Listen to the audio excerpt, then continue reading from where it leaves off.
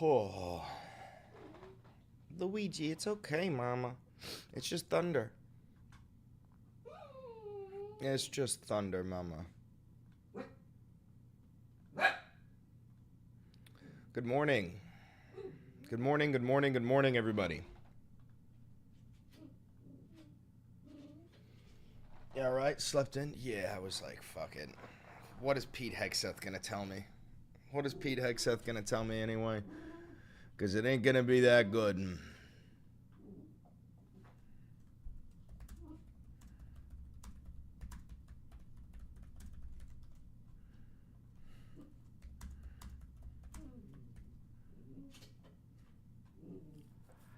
Y'all stayed up? Y'all are nuts.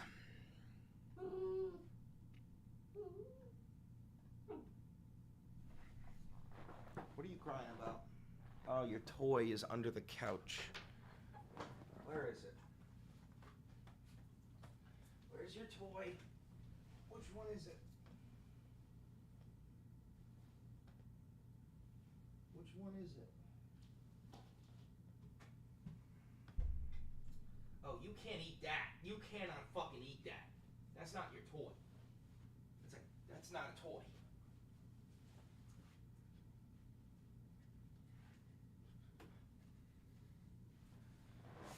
Oh, God.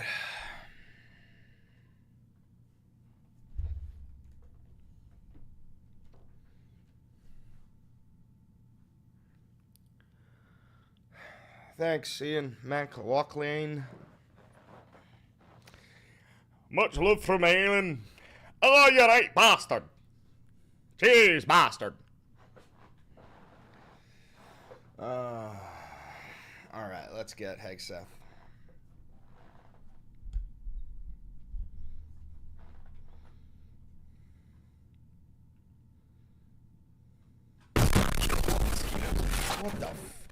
What the fuck?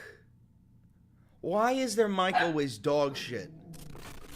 Nuclear and Natanz Luigi and Esfahan in order to... Last night on President Trump's orders, U.S. Central Command conducted a precision strike in the middle of the night against 3 nuclear facilities in Iran, Fordow, Natanz, and Esfahan, in order to destroy or severely degrade Iran's nuclear program. And as the chairman of the Joint Chiefs will demonstrate, it was... Brother, I wake up, I make a cup of coffee, I don't even get the crunch off my eyes. I feel like the president. You know what I'm saying? Like, I'm like, all right, tell me, go ahead. What's the fucking deal? Incredible and overwhelming success. The order we received from our commander-in-chief was focused, it was powerful, and it was clear. Fucking doing tricks on Donald Trump's dick again, ain't you, Pete? This guy is literally just gonna be fucking doing tricks on Trump's dick the entire goddamn time. We devastated the Iranian nuclear program. But it's worth noting the operation did not target Iranian troops or the Iranian people. For the entirety of his time in office, President Trump has consistently stated for over 10 years that Iran must not get a nuclear weapon. Full stop. Thanks to President Trump's bold and visionary leadership and his commitment to peace through strength. He's so bold and he's so visionary and he's so handsome. Iran's nuclear ambitions have been obliterated. Many presidents have dreamed of delivering the final blow to Iran's nuclear program, and none could until President Trump. None could? No, none were stupid enough, Pete. None were stupid enough. None were so beholden to Israel. I gotta know what Mossad has on Trump. I know it's probably a video of him fucking a kid. The operation President Trump planned was bold, and it was brilliant. Oh, it was brilliant. Showing the world that American deterrence is back. When this president speaks, the world should listen. And the U.S. military, we can back it up. The most powerful military the world has There ever you go, known. No Nelson. other country on planet Earth could have conducted the operation that the chairman is going to outline China could have. this morning. Not even close. China could have. Just like Soleimani found out in the first term, Iran found out when POTUS says 60 days that he seeks peace and negotiation, he means 60 days. We never disclosed to the Iranians that they had 60 days before we were going to bomb them. That's not a negotiation timetable. That's like a secret threat. Of peace and negotiation. Otherwise, that nuclear program, that nuclear capability will not exist. He meant it. This is not the previous administration.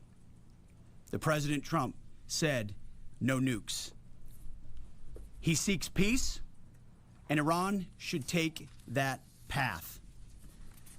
He sent out a truth last night saying this: any retaliation by Iran against the United States of America will be met with force far greater than what was witnessed tonight. Signed, the President of the United States, Donald J. Trump. Iran would be smart to heed those words. He's said it before, and he means it. I want to give... So we're printing out Trump's posts on Truth Social now and using them as royal decrees. Isn't that great? Isn't that something? Recognition to the chairman of the Joint Chiefs of Staff, the Joint Staff, General Eric Kurilla at CENTCOM, who did a phenomenal job, he and his staff, all of CENTCOM. Policy, across the board, this was a joint effort, and across the Pentagon effort. I want to recognize the pilots who flew those bombers, who flew those fighters, who flew those refuelers, warriors. I want to recognize the sailors. Warriors. Yeah, warriors, because it's so brave to bomb your enemy from above the clouds in a $2 billion plane that could blow up a fucking dime from the stratosphere. No, that's not brave. That's not courageous. Is it cool? Yeah, it's cool. You want to know what is brave? 9/11. Flying a fucking plane into a building is brave. I'm from New York. I hate 9/11. Never forget. But even I can understand the difference between bravery and having advanced technology. On those destroyers, in those subs, on those carriers, warriors, all of them. I want to recognize our soldiers doing air defense, base defense, QRF, warriors, all of them. Every American involved in this operation performed flawlessly. And I want to give recognition to our allies in Israel as well. This is a plan that took months and weeks of positioning and preparation so that we could be ready when the President of the United States called. It took a great deal of precision. It involved misdirection and the highest of operational security. Our B-2s went in and out of downtown Tehran, not Tehran, excuse me, of these nuclear sites, in and out. Brother was about to say downtown LA. Brother wanted to send the B-2 bombers into downtown LA, and for some fucking reason that almost came out of his mind. And back without the world knowing at all. In that way, it was historic. A strike that included the longest B-2 Spirit bomber mission since 2001 and the first operational employment of the MOP, a massive ordnance penetrator. The mission demonstrated to the world the level of joint and allied integration that speak to the strength of our alliance and our joint forces. As President Trump has stated, the United States does not seek war, but let me be clear. We will act swiftly and decisively when our people, our partners, or our interests are threatened. Israel started this war. Never forget that. Iran did nothing. Israel started this war, and now you are going to go finish it. Should listen to the President of the United States and know that he means it, every word. I want to give congratulations to our Commander-in-Chief. It was an honor to watch him lead last night and throughout, and to our great American warriors on this successful operation God bless our troops. God bless America. And we give glory to God for his providence and continue to ask for his protection. I turn it over now to the chairman. It ain't God protecting you, Pete. That's Satan and whiskey. Thank you, Mr. Secretary. Thanks for recognizing all of our folks out there doing our nation's work, and nice to see everybody on this early Sunday morning. Last night, on the President's orders, U.S. Central Command, under the command of General Eric Kurilla, executed Operation Midnight Hammer, a deliberate and precise strike Midnight against Hammer. 3 Iranian That sounds like Nelson. nuclear facilities. This was a complex and high-risk mission carried out with exceptional skill and discipline by our joint force. I want to thank every service member, planner, operator that made this mission possible. Their actions reflect the highest standards of the United States Armed Forces. This operation was designed to severely degrade Iran's nuclear weapons infrastructure. It was planned and executed across multiple domains and theaters with coordination that reflects our ability to project power globally with speed and precision at the time and place of our nation's choosing. This was a highly classified mission with very few people in Washington knowing the timing or nature of this plan. I'll refer you to the graphic on the side as Can't blame Biden this time? Oh, they will. They will blame Biden. 100% they will blame Biden. You have to remember, Trump supporters are not equal to you. Trump supporters are inferior to you, and they are less than you. They will blame Biden for this. They are incapable of criticizing their Führer. Some of the operational details. At midnight Friday into Saturday morning, a large B-2 strike package comprised of bombers launched from the continental United States. As part of the plan to maintain tactical surprise, part of the package proceeded to the west and into the Pacific as a decoy, a deception effort known only to an extremely small number of planners and key leaders here in Washington and in Tampa. The main strike package comprised of 7 B-2 Spirit bombers, each. President Trump is currently in prayer in his private chapel at Mar-a-Lago. He's giving thanks for the successful mission in Iran and awaiting further instructions from Archdemon Netanyahu. With 2 crew members, planners, and key leaders here in Washington and in Tampa. The main strike package comprised of 7 B-2 Spirit bombers, each with 2 crew members, proceeded quietly to the east with minimal communications. So 14 pilots. Throughout the 18-hour flight into the target area, the aircraft completed multiple in-flight refuelings. Once over land, the B-2s linked up with escort and support aircraft in a complex, tightly timed maneuver requiring exact synchronization across multiple platforms in a narrow piece of airspace, all done with minimal communications. This type of integration is exactly what our joint force does better than anyone else in the world. At approximately 5 p.m. Eastern Standard Time last night, and just prior to the strike package entering Iran, a U.S. submarine in the Central Command Area of Responsibility launched more than 24 Tomahawk land attack cruise missiles against key surface infrastructure. Wait, we launched 24 Tomahawks from a sub also? It wasn't just the B-2s? Holy fuck. Structure targets at Esfahan.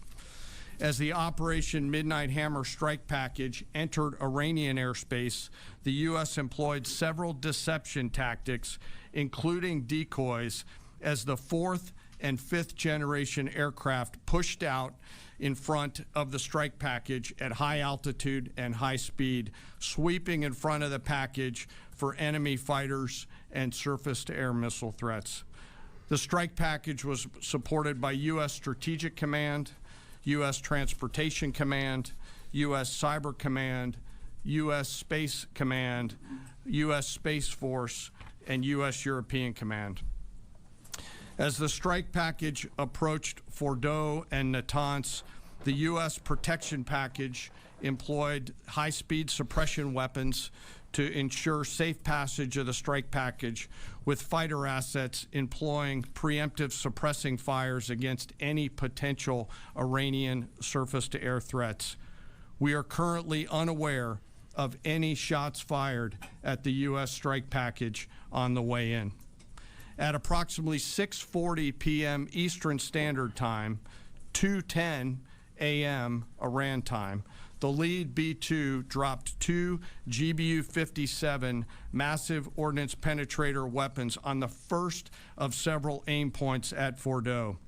As the president stated last night, the remaining bombers then hit their targets as well, with a total of 14 MOPs dropped against 2 nuclear. So 24 cruise missiles, 24 Tomahawk cruise missiles, and 14 MOPs. Target areas.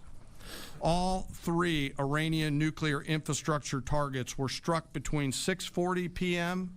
and 7:05 p.m. Eastern time. Again, that's about 2:10 in the morning local time in Iran, with the Tomahawk missiles being the last to strike at Esfahan to ensure we retain the element of surprise throughout the operation. Following weapons release, the Midnight Hammer strike package exited Iranian airspace and the package began its return home. We are unaware of any shots fired at the package on the way out. Iran's fighters did not fly, and it appears that Iran's surface-to-air missile systems. What's the feeling among you guys Americans? Well, there are 2 types of Americans. There are traitors, and then there are us. Most Americans do not support this war, but the traitors in this nation are fully in support of another forever war in the Middle East. Everybody in the United States of America who still supports Trump is in a cult. They're not equal to you. They are inferior to you. They're not capable of thinking or using logic or using reason. They simply wait for the Führer to give them thoughts, and then they parrot those thoughts. So right now, America has this massive divide where there are tens of millions of Americans who are praising Donald Trump and supporting the bombing of Iran because they are subhuman rats that are oxygen thieves and don't deserve to be fucking treated equally. And then there are the rest of us, the OAL, the only Americans left. Did not see us. Throughout the mission, we retained the element of surprise. In total, U.S. forces employed approximately 75 precision-guided weapons during this operation. This included, as the president stated last night, 14 30,000-pound GBU-57 massive ordnance penetrators, marking the first ever operational use of this weapon. I know that battle damage is of great interest. Final battle damage will take some time, but initial battle damage assessments indicate that all 3 sites sustained extremely severe damage and destruction. More than 125 U.S. aircraft participated in this mission, including B-2 stealth bombers, multiple flights of 4th and 5th generation fighters, dozens.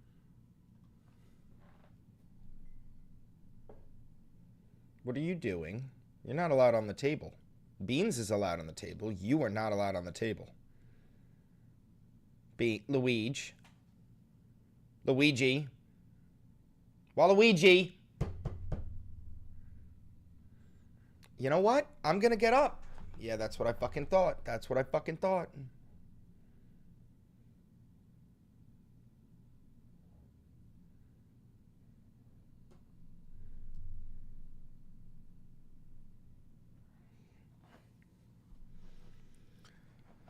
Dozens and dozens of air refueling tankers, a guided missile submarine, and a full array of intelligence, surveillance, and reconnaissance aircraft, as well as hundreds of maintenance and operational professionals. As the Secretary said, this was the largest B-2 operational strike. Why does the U.S. think Iran is close to a nuclear weapon? We don't. We just wanted an excuse to bomb Iran and have another forever war in the Middle East. Donald Trump wants a forever war in the Middle East. That way he can accumulate wartime powers. This is This is exactly what happened in Iraq and Afghanistan. There were no nuclear weapons. There were no weapons of mass destruction. We just wanted an excuse to send our young boys into the sandbox. In U.S. history, and the second longest B-2 mission ever flown, exceeded only by those in the days following 9/11. Well prior to the strike, General Carrillo... Hold on.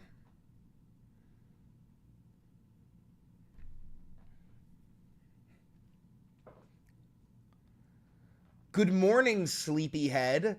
While you were sleeping, people like me have been live on YouTube covering World War III. So go make a cup of coffee and then lock the fuck in. Sleepyhead. While you were sleeping, people like me have been live on YouTube covering World War III. So go make a cup of coffee and then lock the fuck in. Good morning, Guerrilla elevated force protection measures across the region, especially in Iraq, Syria, and the Gulf. Our forces remain on high alert and are fully postured to respond to any Iranian retaliation or proxy attacks, which would be an incredibly poor choice. We will defend. Say the Iranians are closing the Strait of Hormuz? Yep. Dude, I literally said they would do that yesterday. Ha! Do you guys remember that? I said they would do this yesterday, bro. Guys, is that not exactly what I said they would do? Verbatim? Does anybody remember? Verbatim, I said this. Dude. I'm like a prophet.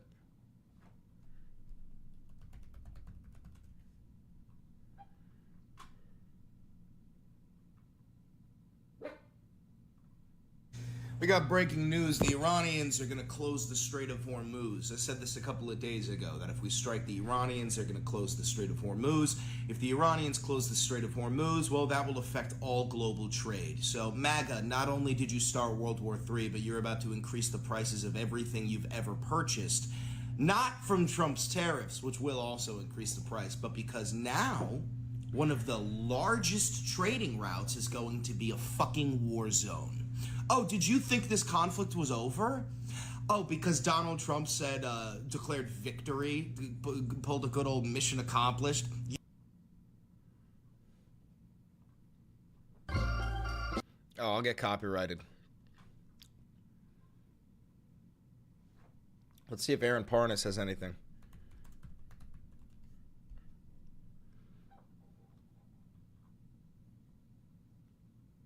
Yeah. Strait of Hormuz. All right. Iran's parliament votes to close the Straits of Hormuz after the U.S. attacks. The world's most critical oil transit choke point.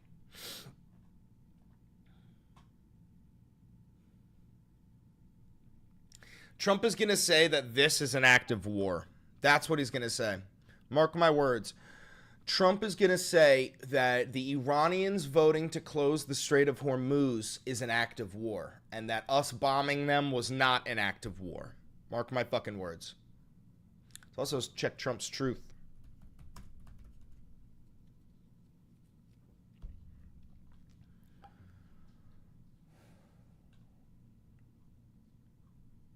Nothing. Defend ourselves.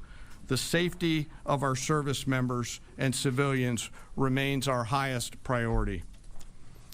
This mission demonstrates the unmatched reach, coordination, and capability of the United States military. In just a matter of weeks, this went from strategic planning to global execution. This operation underscores the unmatched capabilities and global reach of the United States military. As the president clearly said last night, no other military in the world could have done this. I join the president and the secretary in being incredibly proud of the air crews, naval forces, cyber operators, planners, and support teams and commanders who made this mission possible. It is their skill, discipline, and teamwork that makes this operation possible. I am particularly proud of our discipline related to operational security, something that was of great concern to the President, the Secretary, General Kurilla, and me, and we will continue to focus on this. As we stand here this morning, many assets are still airborne, and we have hundreds deployed. I ask that we keep our warfighters on their way home and our deployed service member in our thoughts. Our joint force remains ready to defend the United States, our troops, and our interests in the region. Thank you very much. The odds of a draft, they're abysmal, bro. You understand how far we have to get fucked before a draft? The Marines get sent in first. They have to get pummeled. The Army has to get pummeled. The Air Force has to get pummeled. Then we deploy the National Guard, Coast Guard, reserves. Do you understand how fucked we would have to be to deploy the draft? If they deployed the draft, it means we're literally losing. It means we're losing. We'll take a few questions, Phil. Vietnam had a draft right away because we were losing. And we lost. So, is regime change off the table, Mr. Secretary?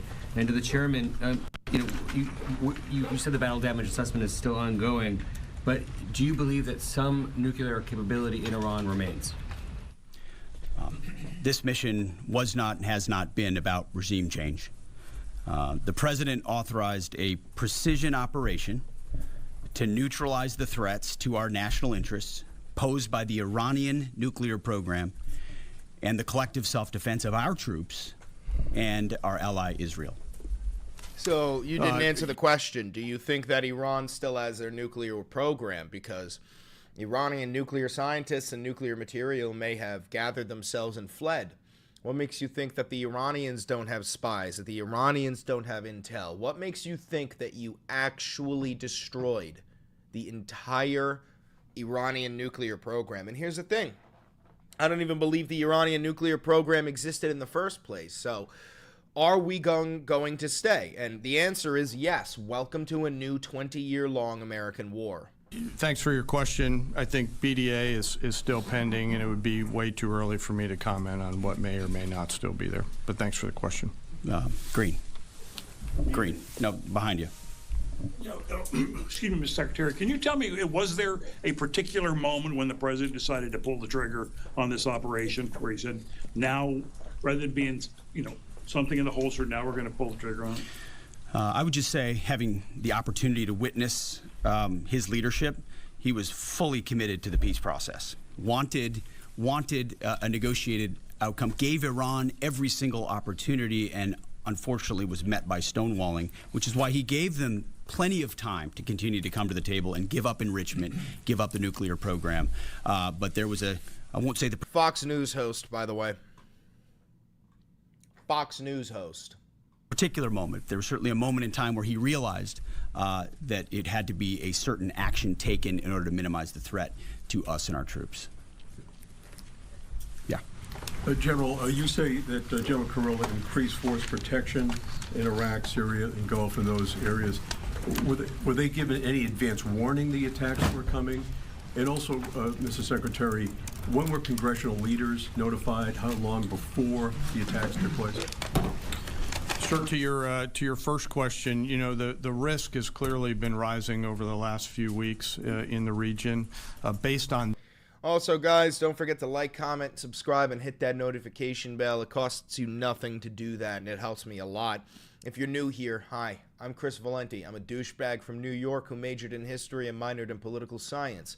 There is nothing I hate more than fascists, and I really want to have children, but I refuse to raise them in an authoritarian fascist regime. So I now spend every waking moment of my existence trying to dismantle right-wing fascism in the United States and get Donald J. Trump the fuck out of the Oval Office. If you want to support this channel financially, because this is real independent media, there's a couple of ways you could do it. You could become a patron on Patreon. You could become a member on YouTube. You could buy merch. You could use the discount code for Ground News. And you can just donate to the channel by hitting that thanks button. Thank you very much, guys. We're trying to hit 100,000 subs. We're at like 72K. Thank you very much for all those subs. Yeah, last night we got like 1,500 people in the live stream. It was huge. That and not a particular awareness of this operation, we've made smart decisions to minimize the risk to U.S. forces in the region. So there we get no advance warning? No, sir. And congressional? They were notified after the planes were safely out. Well, we complied with the notification requirements of the War Powers Act. After the attacks, they were notified? They were immediately thereafter. Yes. Thank you, Secretary. Two quick questions. Do you believe you completely destroyed Iranian nuclear program? And how about Iranian ballistic missiles? Your ally as Israel always saying that is biggest threat. And second question is very important. What will be your next step? When's Trump going to start giving himself medals for his heroism? He already said that he deserves the Nobel Peace Prize for this, and that they should rename the Nobel Peace Prize into the Trump Peace Prize. I'm not kidding. I'm not kidding. Militias under Iranian influence in the region attack U.S. interests or allies in the region. And you can chime in on this too, Mr. Chairman. The battle damage assessment is ongoing, but our initial assessment, as the chairman said, Now you're lying. is that You want to bet? Do you want to bet?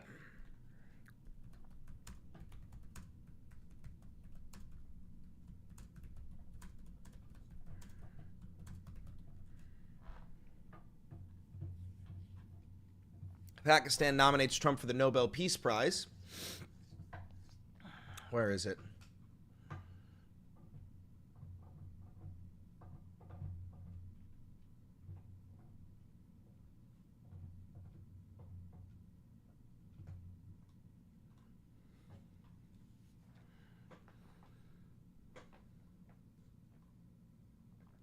Oh, it's Matt Gaetz. Yep. Matt Gaetz suggests renaming the honor to the Trump Peace Prize. They only give it to liberals, is what Trump said.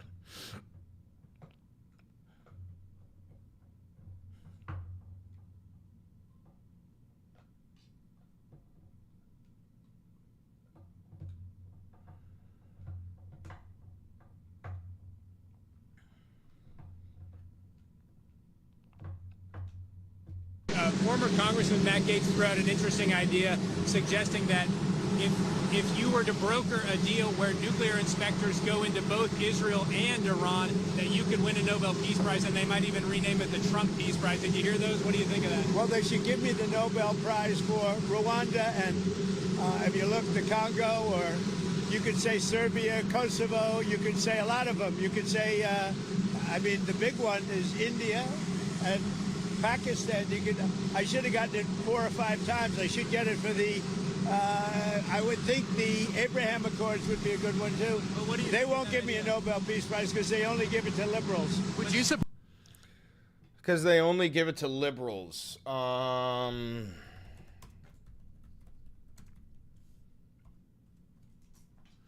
Oh, you mean like liberals such as Satan? Do you mean liberals such as Beelzebub?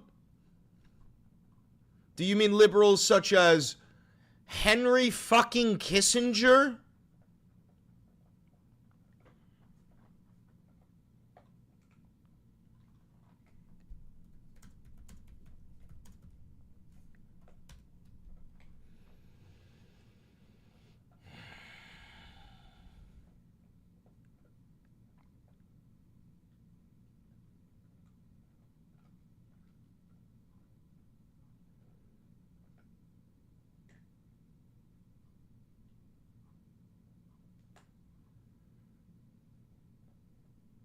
It's a list of people who got the Nobel.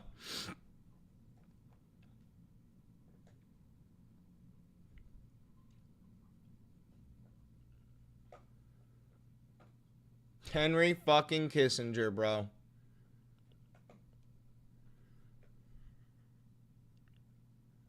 Woodrow Wilson was on there too.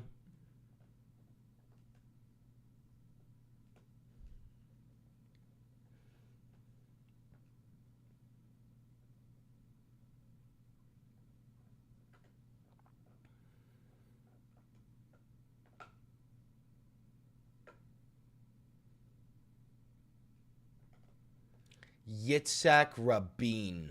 Holy fuck. Yitzhak Rabin is on here, dude. That's fucking insane.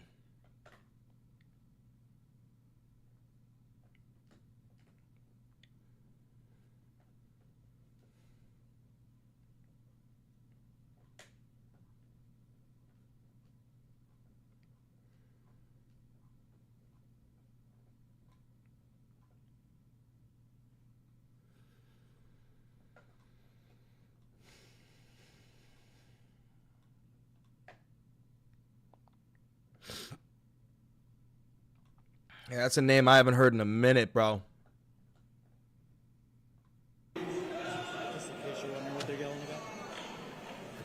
Did you guys see the way Bernie found out about the bombing? It was fucking crazy. It's my job.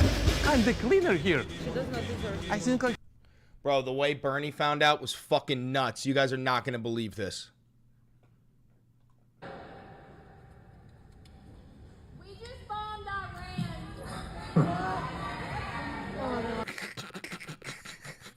Look at the way he fucking tweaked out. Hold on, hold on. Look at the way he tweaks. Oh, that just gave me the chills. I'm scared. That just Look at his face. We just bombed Iran. He laughed because he was like, yeah, that's funny. And then he goes, "Ah! Ah!" You found out through Warzone proximity chat? Oh my god, no! Obama bombed my grandma and got a Nobel for it. Oh! Now that's a bummer. Now that's a bummer right there. I'm scared. Oh, that just gave me the chills. I'm scared. That just All right, let me conclude. And then the guy comes over to prove to Bernie that it wasn't bullshit, and that brings us here.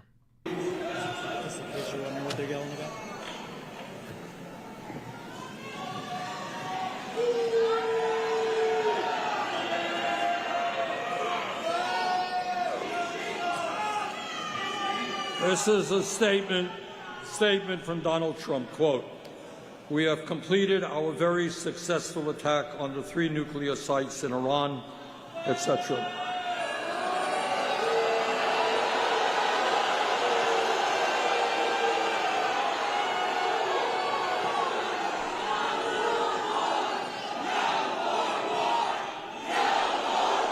This stupid fuck. I love Bernie, but he's so conflicted right now because he is a Zionist through and through. And in his heart, I know he supports bombing Iran, but he can't say that because he's trying to run on this leftist platform.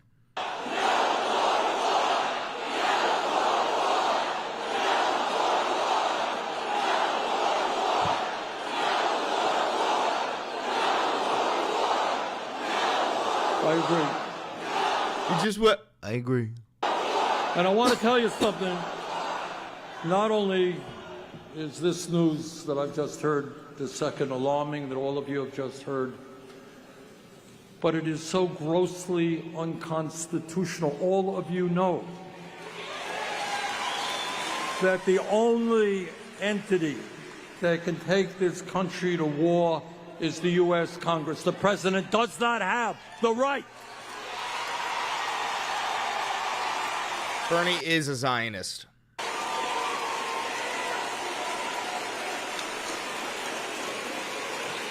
Yes, Bernie is a Zionist. And I was talking a moment ago about the fact that we are living in one of the most difficult moments in the modern history of this country, and Trump just made it. Yes, almost every yes, he's pro-Israel. Yes, Bernie Sanders has been a Zionist his entire life. He's extremely pro-Israel. What are you, surprised, bro? Almost every American politician is. You think that just because somebody's a leftist means they're not a Zionist, brother? Zionism has infected the minds of fucking hundreds of millions of people.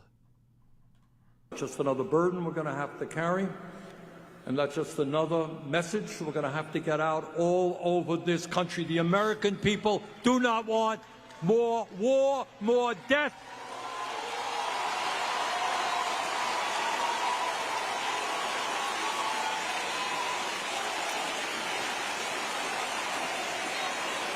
You know?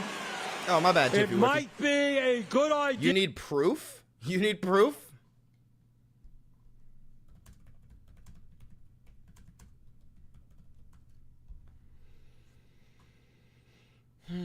It's a complex issue. That's yes. That is yes.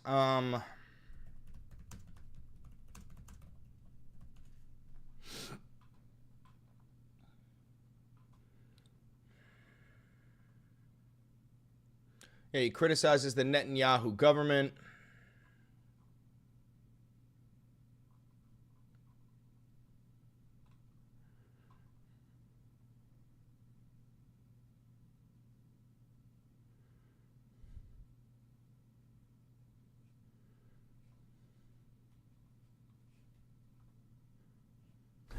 Senator Sanders, do you think there's ever a prospect of the U.S. And also, guys, this is what I was trying to tell you a while ago. I said a lot of people aren't ready for this conversation, but there are plenty of Zionists who do not support genocide. I know that sounds antithetical. You're like, but wait, how could that possibly be a thing? There are plenty of Zionists, such as Bernie Sanders, who have this false notion, this false, phony belief that it is possible for Israel to acquire all of the land of Greater Israel without spilling blood. It's completely impossible, it's impractical, it's illogical. But there are people out there who genuinely believe that, and Bernie is one of them. Yeah, if we concentrated on the problems that exist in Oklahoma and Vermont, rather than getting involved in another war that the American people do not want. Teach chat about Greater Israel. Oh, you guys don't know about Greater Israel? Greater Israel. A big reason why Americans, or the American government, supports Israel is because of the idea of Greater Israel. Get the fuck out of my face. So the Israel we know is right here. This little strip. Okay? And this is what they want to own. The entirety of practically the Middle East. Almost the entirety. And this is not all of it. This is just a part of it. They also want to own all of Iran. But the Christian Zionists, the evangelicals in the United States of America, believe that Jesus Christ can only return as the Messiah once the Jews hold all of Greater Israel. Israeli armored vehicles cross the border. All right. Israel's greater ambitions than just the Golan Heights. It is the intention of creating a path that it calls the David Corridor that stretches from the Syrian Golan to the Iraqi border. Oh.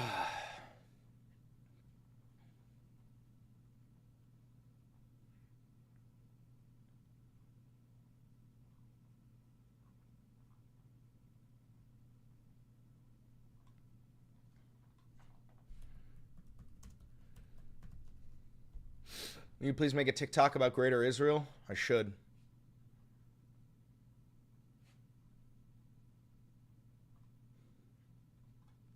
What is Greater Israel?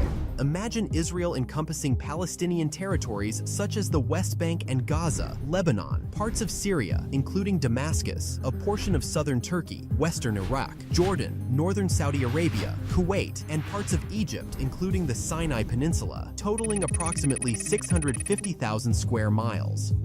Based on Genesis 15:18 in the Hebrew Bible, which describes a promise of land from the river of Egypt to the Euphrates, some Jewish nationalist and religious groups view this concept as a fulfillment of that biblical promise. Bro, the Israelis are the enemies of humanity. Israelis are the enemies of humanity. I mean that, bro. These fucking people are willing to start world wars over their fucking children's storybook because the land was promised to them 3,000 years ago. These fucking people, bro. Disgusting. Disgusting. Disgusting.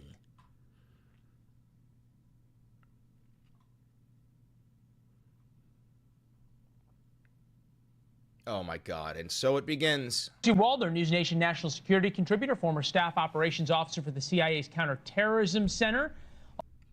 There's good Israelis too, man. Yeah, I know. I'm talking about the Israeli government. Nobody chooses their fucking spawn point. The Israeli government is the enemy of free people. The Israeli government is the enemy of free people. That is it. This mean you're against the Jewish religion, Chris? No. Why would that mean that I'm against the Jewish religion? Keldo, do you think that Israel represents all Jews worldwide, even the ones who have never been to Israel? Are you claiming that Israel represents all Jews worldwide? Is that what you're claiming?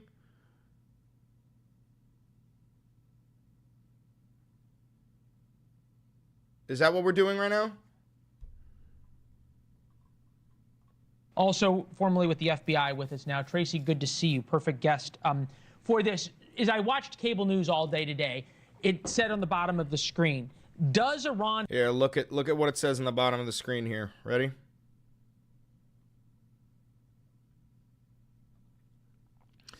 White House is wide awake for sleeper cells. I told you this would happen. I told you this would happen. ...have sleeper cells, ? And I thought to myself, it would be more shocking if they didn't have people that they'd infiltrated over the southern border in the past 4 years than if they did.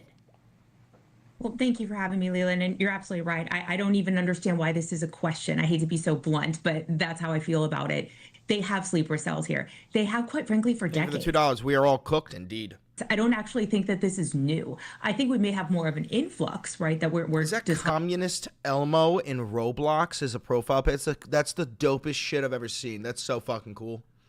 But this isn't new. They're here. They have been here. They are just waiting for the right moment. And the fact that we're curious and questioning as to whether... all of the sleeper cells happen to be in Democrat-run cities. Turned out the sleeper cells, the Iranian sleeper cells, were the ones orchestrating the anti-American, anti-Israel protest. It turned out the Iranian sleeper cells were the ones that orchestrated the entire No Kings protest. Are you fucking kidding? Or not they're here is actually very shocking to me. Chris, arguing with these types of people are useless. Can't you learn a lesson? No, it's not useless at all, bro. Shaming these people is important. There's 429 people here. You think everybody who's watching is in the fucking chat? They're not. The people who are watching need to see that anybody and everybody who is in support of this war will be shamed and bullied relentlessly. So they can understand that if they choose to support this war, they too will be ostracized. All right, so the Ayatollah, America will suffer if America gets involved in the war. Hey guys, new Bin Laden just dropped. Look, there's our new Bin Laden. I swear to God, the manhunt for this man's head is going to begin. This is going to be the new Bin Laden for the next 20 years. I promise you. Posters, edits, all this shit. Mark my fucking words. That is the new Bin Laden. This is the new Bin Laden. We will manhunt this motherfucker. We will have some... We got him. When we finally get him, new Laden just dropped. America gets involved in the war. Take a listen. America's intervention in this matter is 100% to their detriment. What they will suffer in this regard is much greater than what Iran may suffer. The damage America will suffer if it makes a military intervention in this field will And then there's the previous Ayatollah. Undoubtedly be irreparable. What does a sleeper cell attack look like? Is this another... Oh my God, they're literally gearing up for this fucking false flag event, dude. Oh my God, a new era of Islamophobia just spawned in. I feel so bad for all of my Muslim friends. Oh, to all Muslims in America, it is time for you to fucking exercise that Second Amendment right. You gotta go fucking strap yourself. If you are Muslim in America, it is time for you to start preparing yourself. Go buy a fucking gat. Go take a lesson, learn how to fucking use it, because you are about to be racially targeted so fucking hard, dude. Either 9/11 or something different? I think it could be a combination. I actually don't think it's going to look like a 9/11 type attack, a very complex attack. That's really what 9/11 was. It required a lot of money, a lot of financing, and a lot of planning. I don't think that's what we're going to see here because obviously the world has changed, right, in the last 25 years. And there's been a lot of success in these kind of lone wolf or inspired by attacks. And so I think they're going to be kind of more lone wolf style. I also think that we could be looking at attacks to our critical infrastructure as well that we are not expecting. So I think it's going to look less like a 9/11 style attack, sort of shock and awe. What will this false flag look like, in my humble opinion? Mass shootings at protests. That's most likely what I'm going to assume here. I would bet July 4th will probably be a huge day for a false flag event. It's a perfect place. It's a perfect time to do it. I would not be surprised if the United States government, CIA, Mossad start staging false flag events in order to manufacture consent. And more in an unsuspecting way. And I actually am very concerned about our critical infrastructure. Yeah, you think about July 4th coming up, that would be target number one. Every city and town in America has gatherings, and we know what can happen at big gatherings. History of sleeper cells in the United States. Obviously, the Soviet Union was some of the best at having their illegals. The World Trade Center bombing, the Millennial Plot, September 11th, Detroit sleeper cell, Disneyland plot, Hezbollah operative arrest. So wait, let's look at this. Cold War and Soviet KGB agents in the United States. So that, I think what he's talking about is the Red Scare. Do you remember, you know, the little black book? In this book, I have a list of Americans in the United States Defense Department who are actually Soviet spies. Not a single American spy was found to be in the United States military or Hollywood. They did find the Rosenbergs, a husband and wife who they claimed were Soviet spies, and they executed them. So that was good old Joe McCarthy bullshit. World Trade Center bombing in 1993. Those were not sleeper cells. That was a terrorist attack. That is not a sleeper cell. Ahmed Rassam and the Millennium Plot. No idea what that is. September 11th attacks. Again, not a fucking sleeper cell attack. That was CIA orchestrated. That was allowed to happen. George W. Bush did 9/11 in order to drag us into an Iraq conflict, which we had wanted to been in since 1993. 2002, the Lackawanna 6, never heard of it. 2003, Detroit sleeper cell Disneyland plot, never heard of it. 2017 to 2019, Hezbollah operative arrests. How do you find, and I hate to use the sort of when you say false flag, you mean the government manufacturing attacks and blaming them on others? Yes. I mean, the United States government, the CIA, Mossad will kill U.S. citizens and then blame it on Iranian sleepers. Just so you can understand why I have this sort of fear, have you guys ever heard of Operation Northwoods? Operation Northwoods is something that JFK refused to sign off on, and this was written by the United States Defense Department. Operation Northwoods was a proposed false flag operation that originated within the Department of Defense of the United States government in 1962. The proposal called for the CIA operatives to both stage and commit acts of terrorism against American military and civilian targets, blame them on the Cuban government, and then use them to justify a war against Cuba. The possibilities detailed in the document included the remote control of civilian aircraft, which would secretly be repainted as U.S. Air Force planes, a fabricated shoot-down of U.S. Air Force fighter aircraft off the coast of Cuba, the possible assassination of Cuban immigrants, sinking boats of Cuban refugees, blowing up a U.S. ship, and orchestrating terrorism in U.S. cities. The proposals were rejected by President John F. Kennedy, and then we fucking wonder why he was assassinated, because he had the audacity to stand up to the CIA. We have literal documented proof of this. We have documented fucking proof of this. So consider the attached memorandum. Oh my God, bro. So listen, if you ever think, oh, the government wouldn't do that. Oh, yes, they would. Oh, yes, they have. I don't think you're looking for a needle in a haystack. You're looking for a needle in You're a a conspiracy theorist about 9/11 and JFK? No, I'm not a conspiracy theorist. This is just fact. This is just fact. JFK was absolutely assassinated by the CIA. He was shot 3 fucking times. He was shot in the back of the head. This is not up for debate. And then when it comes to 9/11, bro, tell me how Tower 7 came down. Tell me how 3 towers came down in New York City when only 2 planes hit. You know, most people don't even know this. Most people don't even know this. 3 towers came down in New York. 2 planes, 3 towers. Explain that. hay field or hay barn, right? You're absolutely right. It's near impossible to find these. Yeah, dude. Most people don't even fucking know this because we did everything we possibly could to hide that fucking story. You guys have never seen Tower 7? 3 fucking towers came down, bro.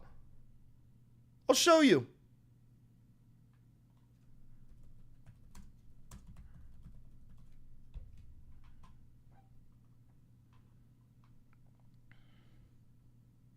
You can't be serious? I'm 100% serious. Here's Tower 7. Not hit by a plane whatsoever.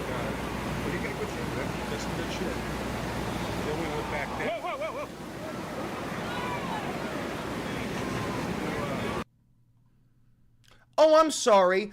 Are you telling me that debris from the other tower landed on the roof and somehow took down an entire fucking building?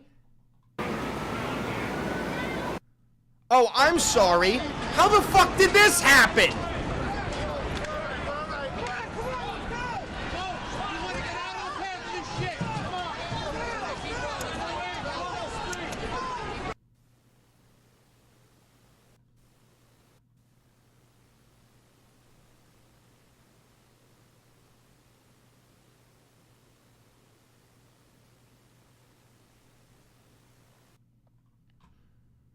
I mean, dude, you know how many fucking Americans don't even know that 3 towers went down in 9/11? How I can't explain how people don't, like, the American propaganda is so fucking good. It is so unbelievably good that a lot of Americans don't even know that 3 towers fell. Individuals, because, you know, as you mentioned before, some of them did not enter the U.S. legally, but some of them actually are homegrown, right? So we have this combination that makes it incredibly difficult to identify individuals that might not even come up on our radar. I mean, even if you go back as far as to September 11th, right? Those individuals had actually entered the U.S. legally. Had we checked their visas properly, obviously we would have known, because we know that now. But that's the difficult part of all of this. They lead these seemingly normal lives, right? Drawing no attention to themselves whatsoever. But they have to get messages in some way. They have to get a signal in some way. And that's where I'm hoping they will slip up and we will ultimately catch them. Thank you for watching. Subscribe below. Go fuck yourself, Fredo, you goddamn guinea wop dago. Fuck you. Suck my dick, you fake Italian. Baffangulo. Baffangulo. Puttana. Figlio di puttana.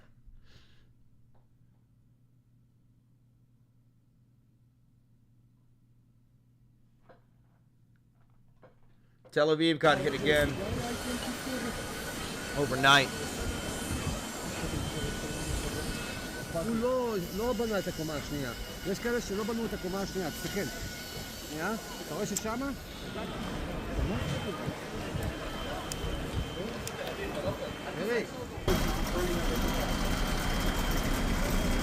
And you know what's gonna happen, guys, if you were too young, if you didn't live through, like, the beginning of the Iraq and Afghanistan wars? Here's what will happen. People such as myself, anybody who dares criticize the State Department and their warmongering will be labeled as domestic terrorists and supporters of jihad. I'm calling it now. In the next coming weeks, when MAGA starts to fall in line and realize what their new talking point is, they will start to label anybody and everybody who does not support this war as terrorists. And that is exactly what happened. Just do some research, some basic research on what?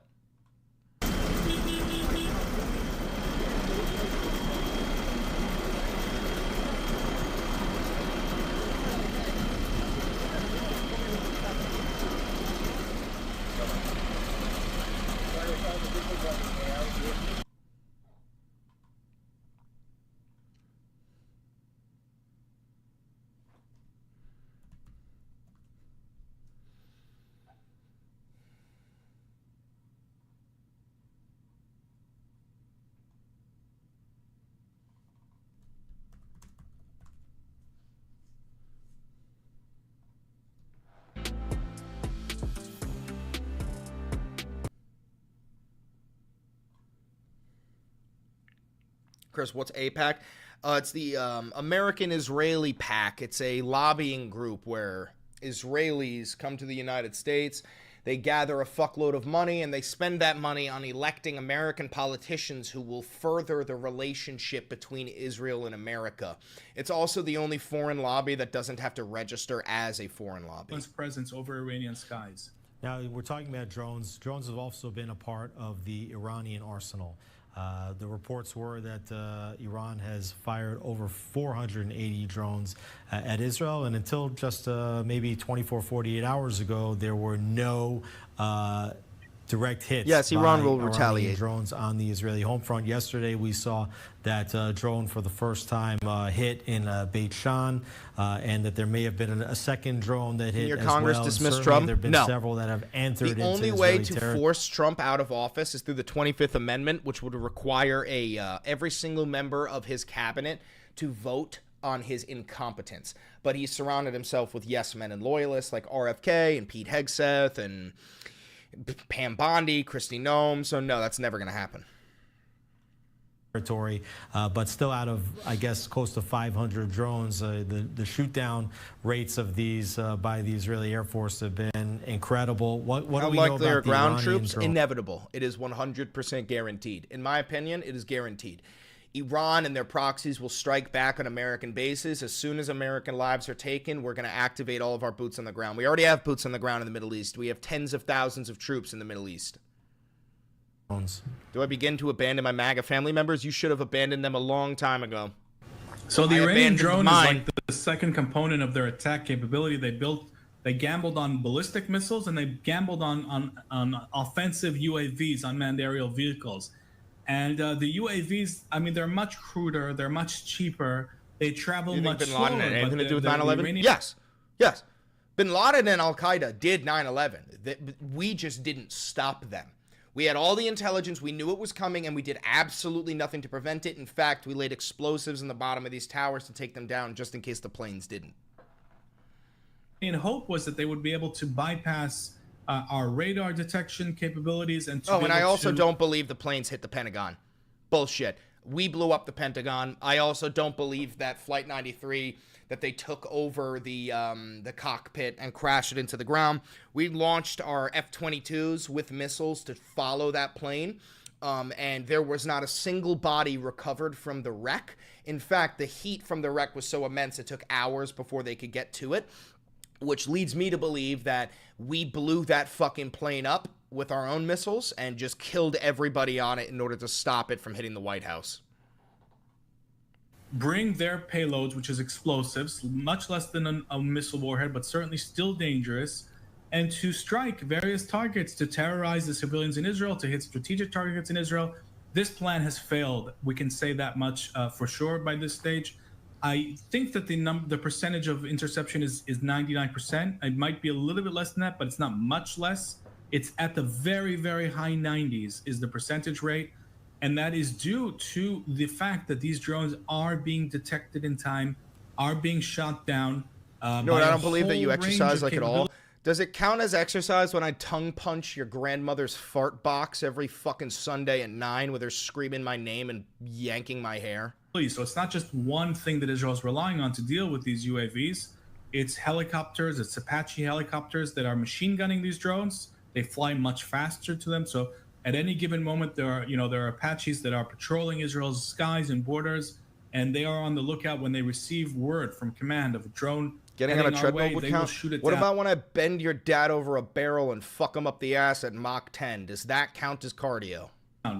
There are ships that are taking part in this interception. And for the first time in recent days, a new missile defense system called Barak which is on board Israeli missile ships, but has also now been activated by the Israeli Air Force, in other words, from the ground, was used to intercept a drone. So we're seeing new capabilities coming online even as this war is occurring. And that's the whole, I think that's the whole advantage of the Israeli system. You know, you have all these redundancies. So if one layer doesn't work, you activate another. And the less you're dependent on a single layer, the more likely you are to catch these kinds of threats in time. So the drone threat, I would say, has very, very successfully been contained. I don't know of any casualties from drone attacks. There was one hit. I think the first known hit occurred yesterday in Bet Shan, which is on the Jordan Valley in the north. There was a drone that struck a building, but everybody was in the shelter, so nobody was injured. Haley. It did cause some serious damage. It is a threat, but the vast majority of these UAVs are not getting through, Alex. When you talk about the multi-layer defense, we've talked about it a little bit in the past. The ballistic missile defenses, the Arrow 3, which can target in the Ryan, atmosphere. why are you so triggered, bro? Are you triggered because I don't support the war in Iran? Like, what got you so triggered, little guy? And then the Arrow 2, which can hit a little bit lower, the David Sling, and then even the Iron Dome, which is able to hit closer to the ground. You know, in the beginning, we saw that Iran was firing more missiles, but seemingly less were getting through. And if they did get through, they were doing a little bit less damage, seemingly because they were less sophisticated missiles, maybe traveled a little bit slower, maybe only Mach 6 as opposed to like Mach 12, or there's that some of these others can travel and had lesser payloads. But we have seen a little bit of a progression in terms of the types of missiles that Iran has fired, larger missiles, larger payloads, also reportedly some cluster bombs that they've been sending that kind of break off and then hit multiple targets. What do we know about the when Iranian, Fox News isn't biased? Missile capabilities and what Fox they've been News firing? not biased, right? So we know that Iran has fired every kind of missile that it can.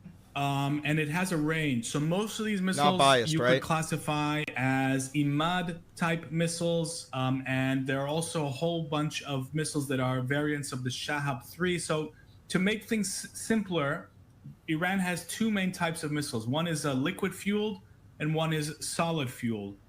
The Iranians have been firing both, and they've definitely started to use more than once warheads that splinter off, cluster munitions, to try and cause as much damage to civilian areas as possible. Now, in terms of interception rates, we don't have official numbers, but one thing is for sure, the big majority of these threats are being intercepted. The missile launchers that are not hit, the ones that remain functional, when they fire missiles, the detection system goes into action immediately, and that gives the system some time, Yes, the aerospace Kicho. system, to start The entire planning world will be its affected by this interception war. It's a trajectory. world war.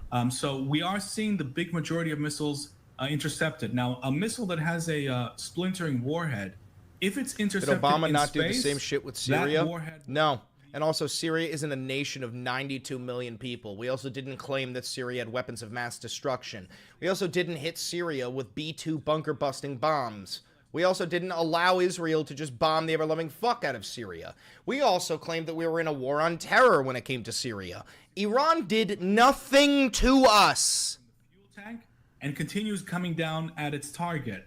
That's the warhead. That's the part that contains all the explosives. This re-entry vehicle. If the re-entry vehicle that has a cluster munitions on it, if it enters the atmosphere, then it becomes much more difficult to intercept, because instead of one warhead, we're looking at about 20. It splits off into 20 smaller warheads. So they're still trying to intercept those 20. It's obviously harder, and it's designed to saturate and confuse the air defense system. No, Trump is It's not definitely Jewish. a challenge, The United Alex, there's States no of question America has about never it. elected a But, Jewish president. As long as most of those threats are still being Every intercepted single in president space, in American history has been Christian. that means that most of these clustered bomb warheads will not get through. The ones that do get through are extremely dangerous, extremely hazardous, and we've seen that on more than one occasion in recent days being fired by the Iranians. Certainly gives us a taste of what the Iranians were preparing for us, because their plan was within about 2 years to build about 8,000. Of course.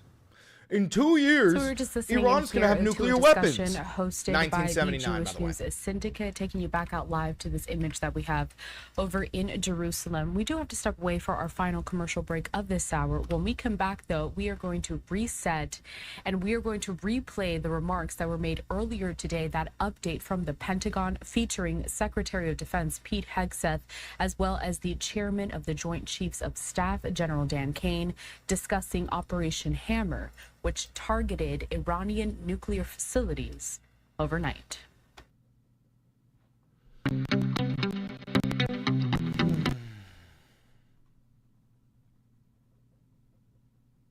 Yeah, it's always been that they're 2 weeks away. They're always 2 weeks away.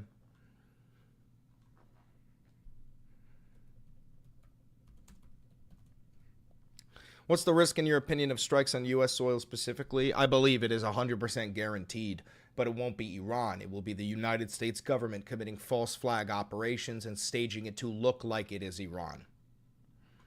Thank you for the $25. The Iranian parliament to pass a bill to close the Strait of Hormuz, and for the ground troops is going to be much harder for USA to do than Iraq. Yeah, this is what I said would happen. If the Iranians close the Strait of Hormuz, that will fuck with the oil trade worldwide.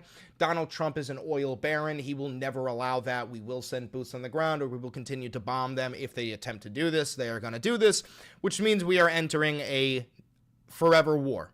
We're entering another forever war.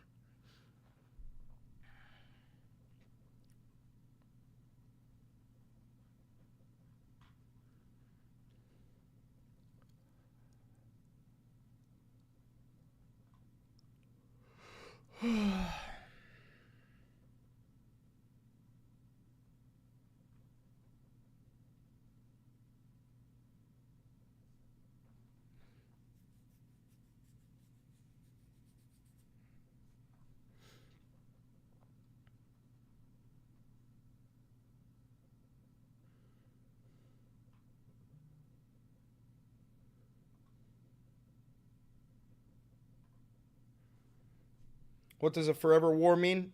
Like Iraq and Afghanistan, the United States is going to be at war with Iran probably until 2035. What's the sandbox? The Middle East.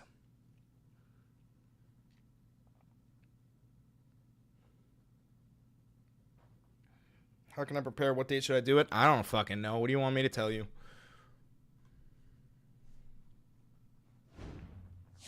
Welcome back, and thank you all for joining us here at Live Now from Fox on this Sunday, June 22nd. So not a world war? My name is Carl Lahada. America, Israel, Pakistan, Yemen, the United Kingdom, France, China, Russia. That's 8 nations. India's also willing to get involved. That's 9. Oh, not to mention Iran's proxies. Hezbollah, the Houthis, Hamas, Iraqi Shia militant groups. So that's 13 different groups. Correspondent Rebecca Castor. President Trump planned to decide whether to hit Iran's nuclear sites within 2 weeks. By the way, for the people who were asking me, like, what are we at? Cooked being 10, 1 to 10. We were at 8 a couple of days ago. We are officially at 9. And I told you, if a single American soldier is killed, we hit 10. If we hit 10, that is, all bets are off. We're willing to start global thermonuclear war. Approximately 6:40 p.m. Eastern Standard Time, 2:10 a.m. Iran time, the lead B-2 dropped 2 GBU-57 massive ordnance penetrator weapons on the first of several aim points at Fordow. Using bunker buster bombs and Tomahawk missiles, U.S. military forces struck 3 Iranian nuclear sites, including one buried deep inside a mountain. Our objective was the destruction of Iran's nuclear enrichment capacity and a stop to the nuclear threat posed by the world's #1 state sponsor of terror. My country has been under attack, under aggression, and we have to respond. President Trump warned of more attacks if Tehran does not negotiate a peace deal. We will go after those other targets with precision, speed, and skill. The president monitored the strikes from the Situation Room alongside Vice President J.D. Vance and senior advisors.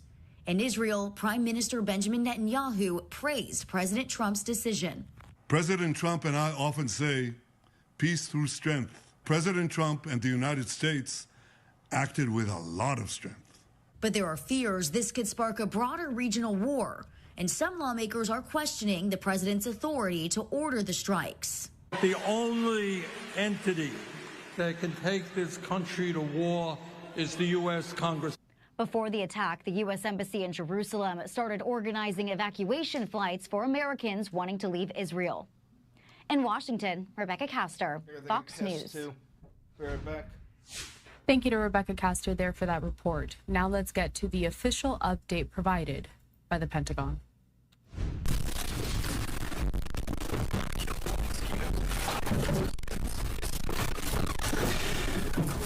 Well, thank you for joining us this morning. Last night, on President Trump's orders, U.S. Central Command conducted a precision strike in the middle of the night against 3 nuclear facilities in Iran, Fordow, Natanz, and Esfahan, in order to destroy or severely degrade Iran's nuclear program. And as the chairman of the Joint Chiefs will demonstrate, it was an incredible and overwhelming success. The order we received from our commander-in-chief was focused, it was powerful, and it was clear. We devastated the Iranian nuclear program. But it's worth noting the operation did not target Iranian troops or the Iranian people. The way for that the entirety MAGA of his time in office, online President Trump is has by consistently stated for over 10 threatening years me with death. that Iran It's actually unfucking real. The way that MAGA is coping with me being right is by fucking saying I need to die. You need to see some of this shit. It's so fucking funny. It's so fucking funny, dude.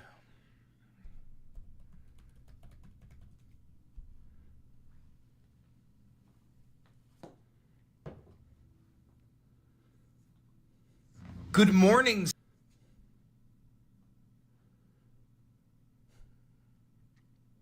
Where is it?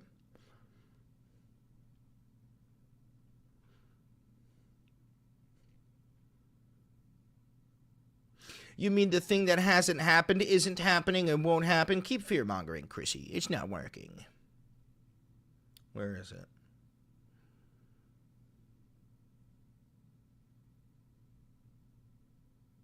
I hope you're drafted and put right in the front. You are a disgusting human with horrible morals, if any at all. This one is the funnier one. Hold on. This is like the 6th. Oh, wait, no, that's not the one. It's this one.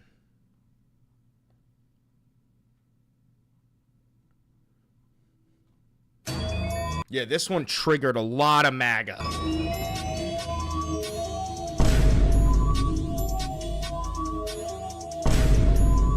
Dude, this one triggered so much MAGA, bro.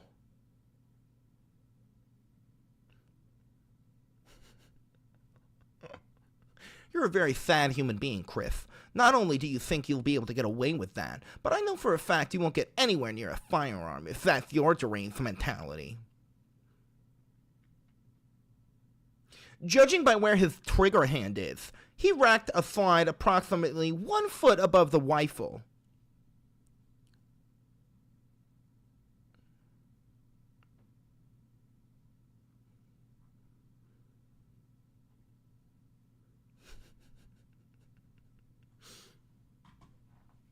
Dude, these people are such bootlickers.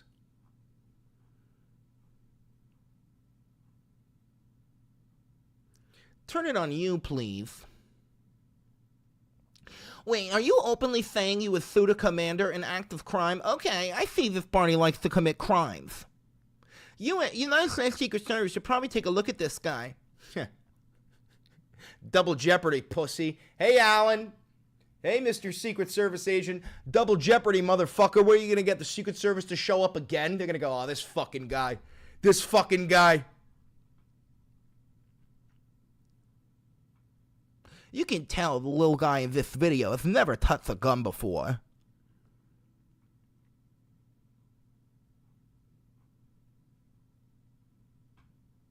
You can tell he's never held a wheel weapon. Must not get a nuclear weapon. Wait. Is Full Alan stop. real? Yeah. You guys thought I was joking? Yeah, I've been investigated by the Secret Service. I almost got fucking 10 years in federal prison. Are you fucking kidding? Yeah, this is real. Thanks to President Trump's bold and visionary leadership and his commitment to peace through strength, Iran's nuclear ambitions have been obliterated. Many presidents have dreamed of delivering the final blow to Iran's nuclear program, and none could. What the fuck? Why? 10,000 MAGA supporters reported me to the FBI as a threat to the life of the president. So the Secret Service showed up at 5 in the morning with their guns drawn. I told them, do you have a warrant? They didn't. They said, would you talk to me? I said, come back with a warrant. They never came back with a warrant. I got a federal attorney. My attorney dealt with it. I made a deal with the DA where I said, I'm not going to even insinuate anything of the sort. Okay, but I will continue to shit on Donald Trump. Their whole argument was, bro, you have 3 million followers. Not anymore. Which means that if statistically 3 of them are mentally insane, they will do whatever the fuck they tell you to do. So I'm not allowed at the White House throughout this entire Trump administration. And I'm officially not allowed in the nation of Israel. So when somebody says that they're a Trump hater, brother, I'm the top tier Trump hater.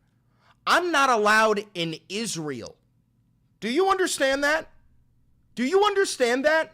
I am blacklisted from a nation. You know how fucking sick that is? President Trump. The operation President Trump planned was bold, and it was brilliant, showing the world that American deterrence. Why? Because according to the Israelis, I am a radical extremist. Back. When this president speaks, the world should listen. And the U.S. military, I left my coffee we on can the back counter. it up. The most powerful military the world has ever known. No other country on planet Earth could have conducted the operation that the chairman is going to outline this morning. Not even close.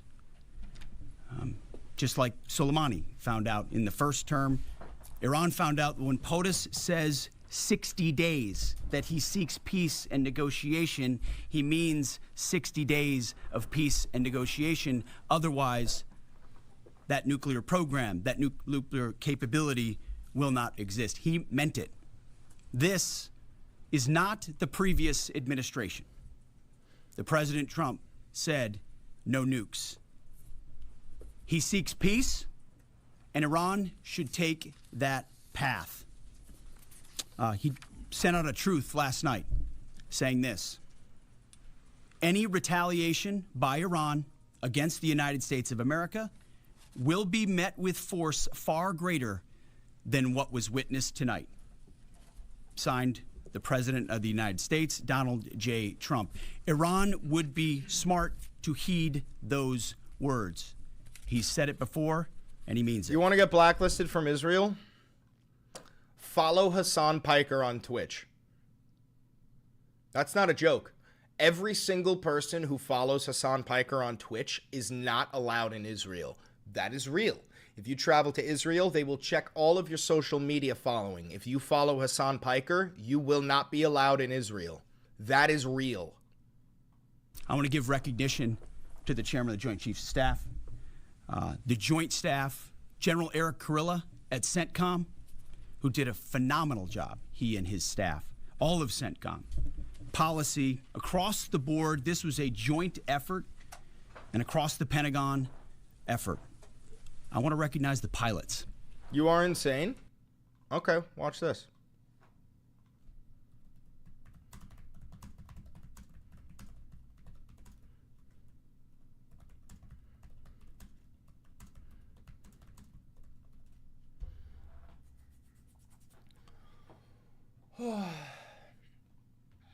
Israeli border control officials may ask to see your social media accounts and potentially deny you entry based on the content found, particularly if it is deemed critical of the Israeli government or supportive of Palestinian causes. Even deleted content may still be accessible. Refusal to grant access to your devices will lead to denial of entry.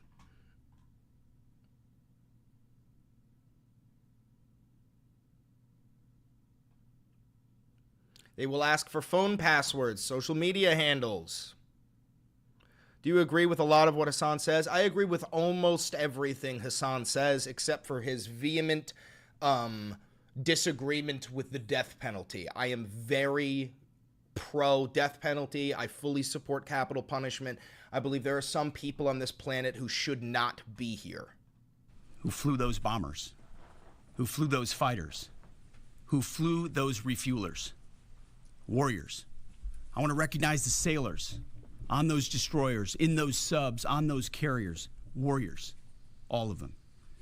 I want to recognize our soldiers doing air defense, base defense, QRF. You are all warriors, to blame for this mess. all of Voting them. Democrat and Republican nonstop caused this mess.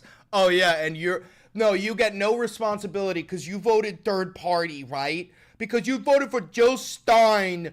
Oh, I didn't do anything. I just didn't even participate. Shut the fuck up. Every American involved in this operation performed flawlessly. And I want to give recognition to our allies in Israel as well. This is a plan that took months and weeks of positioning and preparation so that we could be ready when the President of the United States called. It took a great deal of precision. It involved misdirection and the highest of operational security. Our B-2s went in and out of downtown Tehran, of these nuclear sites, in and out and back.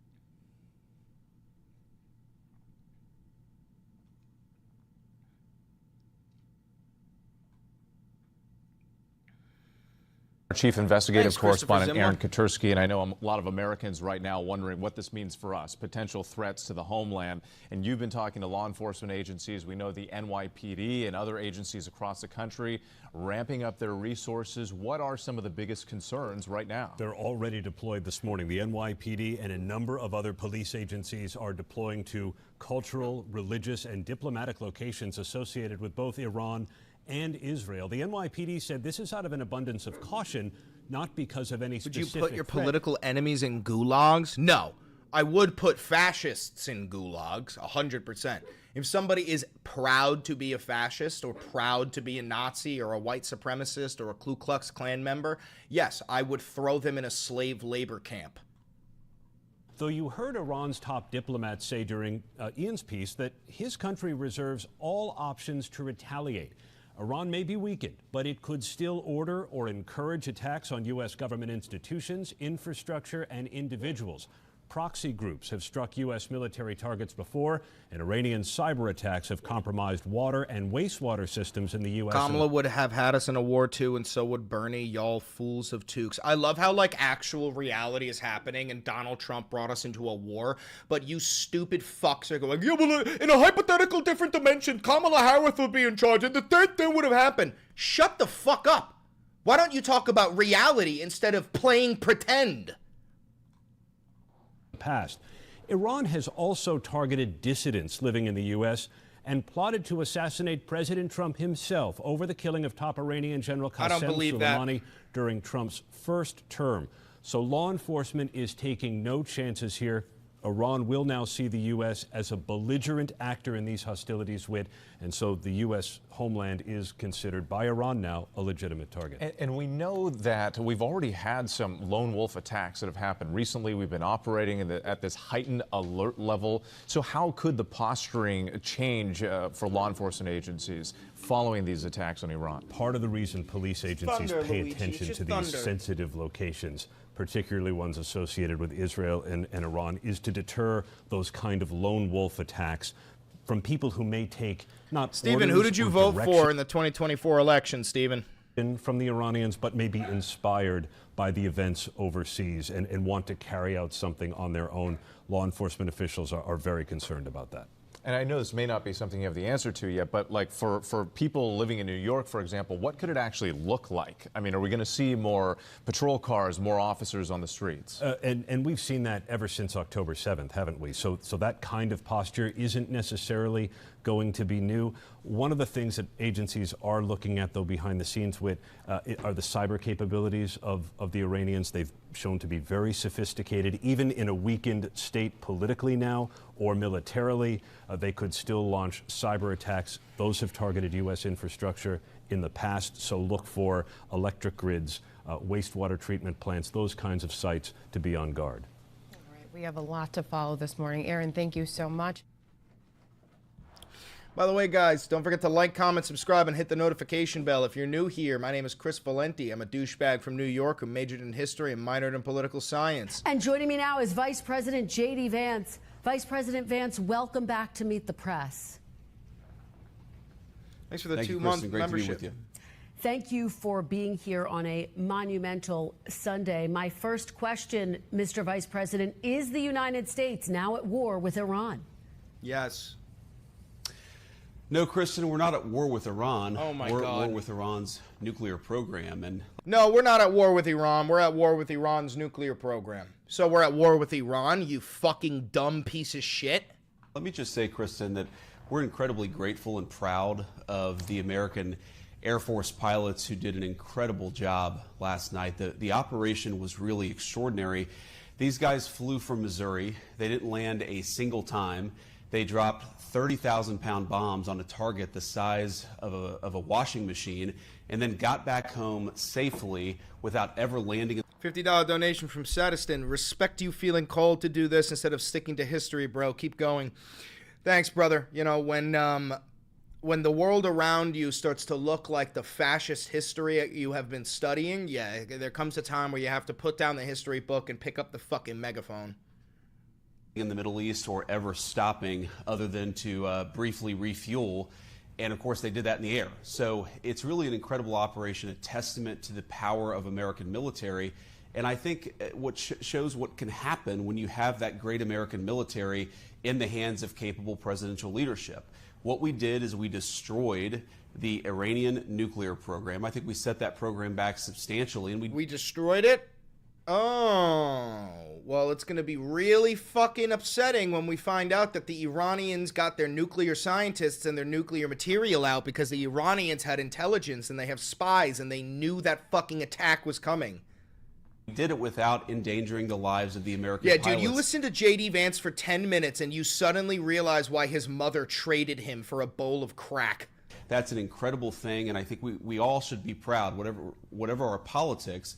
We should be proud of what these guys accomplished, a very, very high-impact mission under a lot of pressure. Mr. Vice President, let's talk about what happens next. President Cooper Trump... Man says, Valenti Videos, earlier you said you would send fascists to gulags. You have also said in the past that Trump supporters are fascists. Are you insinuating that those who voted for Trump equals go to a gulag? No, but anybody who still supports Trump should be forced into a re-education camp. 100%. If you still support Trump, you should be forcefully placed into a re-education camp. The way that we denazified Germany for 20 years after World War II, we need to demagify any and all people who still support Donald Trump. They are incapable of making decisions that are good for themselves, and we need to make decisions for them. Posted on social media, quote, any retaliation by Iran will be met with force greater than what was witnessed tonight. If Iran retaliates against the U.S., as it is threatening, what will the United States response be? Did you go to college? I went to 3 colleges. I went to University of Colorado Boulder. I went to the American Academy of Dramatic Arts, and then I went to Pace University in Manhattan. Well, Kristen, that's ultimately going to be the president's decision. But what we've said to the Iranians is we do not want war with Iran. We actually want peace. But we want peace in the context of them not having a nuclear weapons program, and that's exactly what the president accomplished last night. I really think there are 2 big questions for the Iranians here. Are they going to attack American troops, or are they going to continue with their nuclear weapons program? And if they leave American troops out of it and they decide to give up their nuclear weapons program once and for all, then I think the president has been very clear. We can have a good relationship with the Iranians. We can have a peaceful situation in that region of the world. We have to step back a little bit, Kristen, and remind ourselves that we negotiated aggressively with the Iranians to try to find a peaceful settlement to this conflict. It was only when the president decided that the Iranians were not negotiating in good faith that he took this action. He didn't take it lightly, but I actually think it provides an opportunity to reset this relationship, reset these negotiations, and get us in a place where Iran can decide not to be a threat. I don't know, Chris. I think you need to be a little bit more lenient of other views. Disagreement is acceptable, but often you resort to derogatory names and radical solutions. No, you can disagree with me on policy, but if you disagree with me in terms of like somebody who says fascism is good, or we need to be a religious theocracy, or we need to make Christianity the only religion in the United States, people who are genuine fascists deserve to be treated inferior-like. You need these people to be completely ostracized from your society. The only possible way to beat intolerance is to become completely intolerant of intolerance. That is it. You want to know why you're dealing with the rise of Nazism? It's because we didn't hang more than 12 people in the Nuremberg trials. It's because we charged 400,000 Nazis, but we only hung 12 of them. If you truly wanted to defeat the Nazis, you should have done the Soviet approach. You should have executed tens of thousands of these people. That is the only fucking way to get rid of this ideology. To its neighbors, not to be a threat to the United States, and if they're willing to do that, the United States is all ears. Well, let's talk about the possibility of negotiations. I mean, the Iranian foreign minister responded to the strikes this morning saying Israel and the U.S. have, quote, blown up diplomacy. Mr. Vice President, is there any real hope for diplomacy, or is diplomacy dead at this point? Hi, Louise. Well, I think the foreign minister is exactly wrong. We didn't blow up diplomacy. We only took this action, Kristen, when it was clear, as the president said, that the Iranians were tapping us along. I think it's important for the American people to appreciate here that if you go back to March of this year, we had the entire administration engaged in this diplomatic effort. And frankly, in March of this year, we had some optimism. How do we get from there to now? And the answer is we felt very strongly that the Iranians were stonewalling us. They weren't taking this seriously. They were trying to draw this process out as long as possible so that they could rebuild their nuclear weapons program without the threat of American action. We had a limited window in which we could take out this Fordo nuclear facility in particular. The president decided to take it, but we didn't blow up the diplomacy. You talking to JD or me? Diplomacy never was given a real chance by the Iranians. And our hope, Kristen, as the president said repeatedly, is that this maybe can reset here. The Iranians have a choice. They can go down the path of peace, or they can go down the path of this ridiculous brinksmanship, of funding terrorism, of trying to build a nuclear weapon, and that's just not something the United States can accept. I want to say something, Kristen, just to the Iranian leadership. Look, they have tried to build a nuclear weapons program. That program is now destroyed. They tried to build a conventional missile program. I have a pregnant wife. What do I do? I'm scared about our safety. We don't have the financial ability to leave. What do we do? You channel your fear into rage, and you resist. That's what you do. You think you could vote your way out of this? Attack neighbors in the region, that missile program has shown to be a failure. They have funded terrorism aggressively in the region, and now most of their terrorism proxies are destroyed. The Iranians are clearly not very good at war. Perhaps they should follow President Trump's lead and give peace a chance. If they're serious about it, I guarantee you the President of the United States is too. So has the administration received any messages from the Iranians since the attack overnight? Well, Kristen, I think as we sit here, it's been about 12 hours Can you since explain what what you happened meant when you last said night. 8647 at the end of your stream? received What does it some mean? 86 is a common phrase for, like, if you work in a restaurant and you run out of food. Like, say there's steak on the menu, you guys run out of steaks. Somebody will say, 86 the steak. Get it off the fucking menu. 47 is Donald Trump. He's the 47th president. When we say 8647, we mean remove Trump from office. Get him off the fucking menu. some indirect messages from the Iranians, and it's possible, of course, that some of my colleagues in the administration received something early this morning and I haven't heard about it.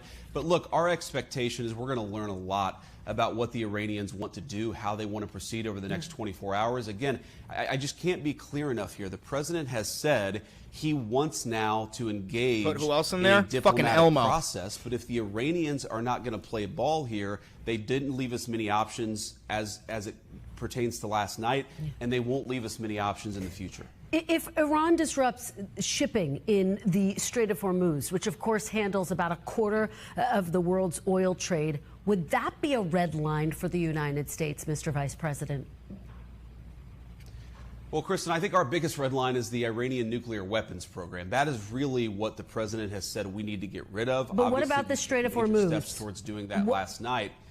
Well, I think that would be suicidal, Kristen, for the Iranians themselves. I mean, their entire economy runs through the Strait of Hormuz. If they want to destroy their own economy and cause disruptions in the world, I think that would be their decision. But why would they do that? I don't think it makes any sense. I don't think that it makes sense for them or for anybody else. What would make sense is for them to come to the negotiating table to actually give up their nuclear weapons program. All cops are bad? No. All cops are bastards. That's what ACAB means. But yeah, I'm sure there are individual police officers who save puppies and orphans on their free time. They're good people. But when you put on that uniform, you are no longer an individual. You are now an officer within your police department. The police in the United States are a militant force. We commit more police brutality in the United States than any other nation. It is disproportionately affecting the black and brown populations. The police in the United States are an occupying military force. Again, if they're willing to do that, they're going to find a willing partner in the United States of America. Mr. Vice President, when did President Trump exactly make this decision, and did he coordinate with Israel? The president, honestly, Kristen, I don't know that any of us knew exactly when the president made the decision, except for the president himself. But if you back up a little bit, we engaged in this diplomatic process. I think that he decided probably by mid-May that this process was not going anywhere, and so he decided to issue some private ultimatums to the Iranians. And then eventually, of course, we decided to destroy the Fordo nuclear facility and some of these other facilities ourselves. I think one of the things that you saw from the president's team, and I really am proud Yes, of Iran all of already said they're going to retaliate. They said all U.S. military assets in the Middle East are now targets. Hezbollah, the Houthis, Hamas, Iraqi Shia militias, all different members of the Arab world have united and said that they will be attacking America. The Iranians are also threatening to shut down the Strait of Hormuz, which is the #1 most important trade route for oil. Your team is an operation of this magnitude, multiple B-2s, 14 30,000-pound bombs, and even an hour after the attack, the entire media, some of our enemies all over the world, they had no idea this was happening, and that's because you had a coherent team that was aligned behind the president's vision. There weren't any leaks. I think that made our troops safer as they carried out this mission. And so it's really a testament to the entire team that we were able to do something like this at this scale without anybody noticing it. But, Mr. Vice President, if I could just try again, can you give me a specific date when President Trump said go? Was it Thursday? Was it yesterday? Cuomo polling pretty high. Kind of happy we're going to get someone better B2s? than Eric. Oh, dude, if you vote for Andrew Cuomo, you're a fucking idiot. Vote for Zohran Mamdani if you care about your fucking future. Socialism is the way forward, not voting for some disgraced former governor who sexually harassed 14-plus women and sued them for their gynecological records, okay? Let's just be so fucking for real. Andrew Cuomo is not only a fake Italian, doesn't live in New York City, but he is a disgraced sex offender. If you vote for him, you're a fucking idiot. Left, when exactly did President Trump give that green light, that go?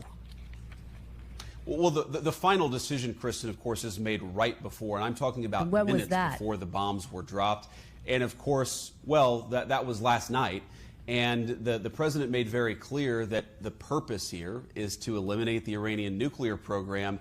So I think that he himself, over time, decided this was necessary. But of course, he had the ability to call off this attack until the very last minute. He obviously decided to proceed. Maybe people just don't care about all that stuff that you just said and still want Cuomo. Exactly. There are people who are inferior and stupid, and they don't care that Andrew Cuomo is a disgraced former governor. He killed thousands of elderly people during COVID. He also sexually harassed dozens of women, and he was a terrible governor and mayor. Let's be so fucking for real. The Cuomos are a political dynasty. His fucking father was the goddamn governor. His father before him was the governor. We have a fucking bridge named after the Cuomos. Why do you bootlicking cucks support literal political dynasties? Is it because you recognize the fucking name? Oh, I know that name, therefore it's gotta be good. Oh, we should triple the police budget.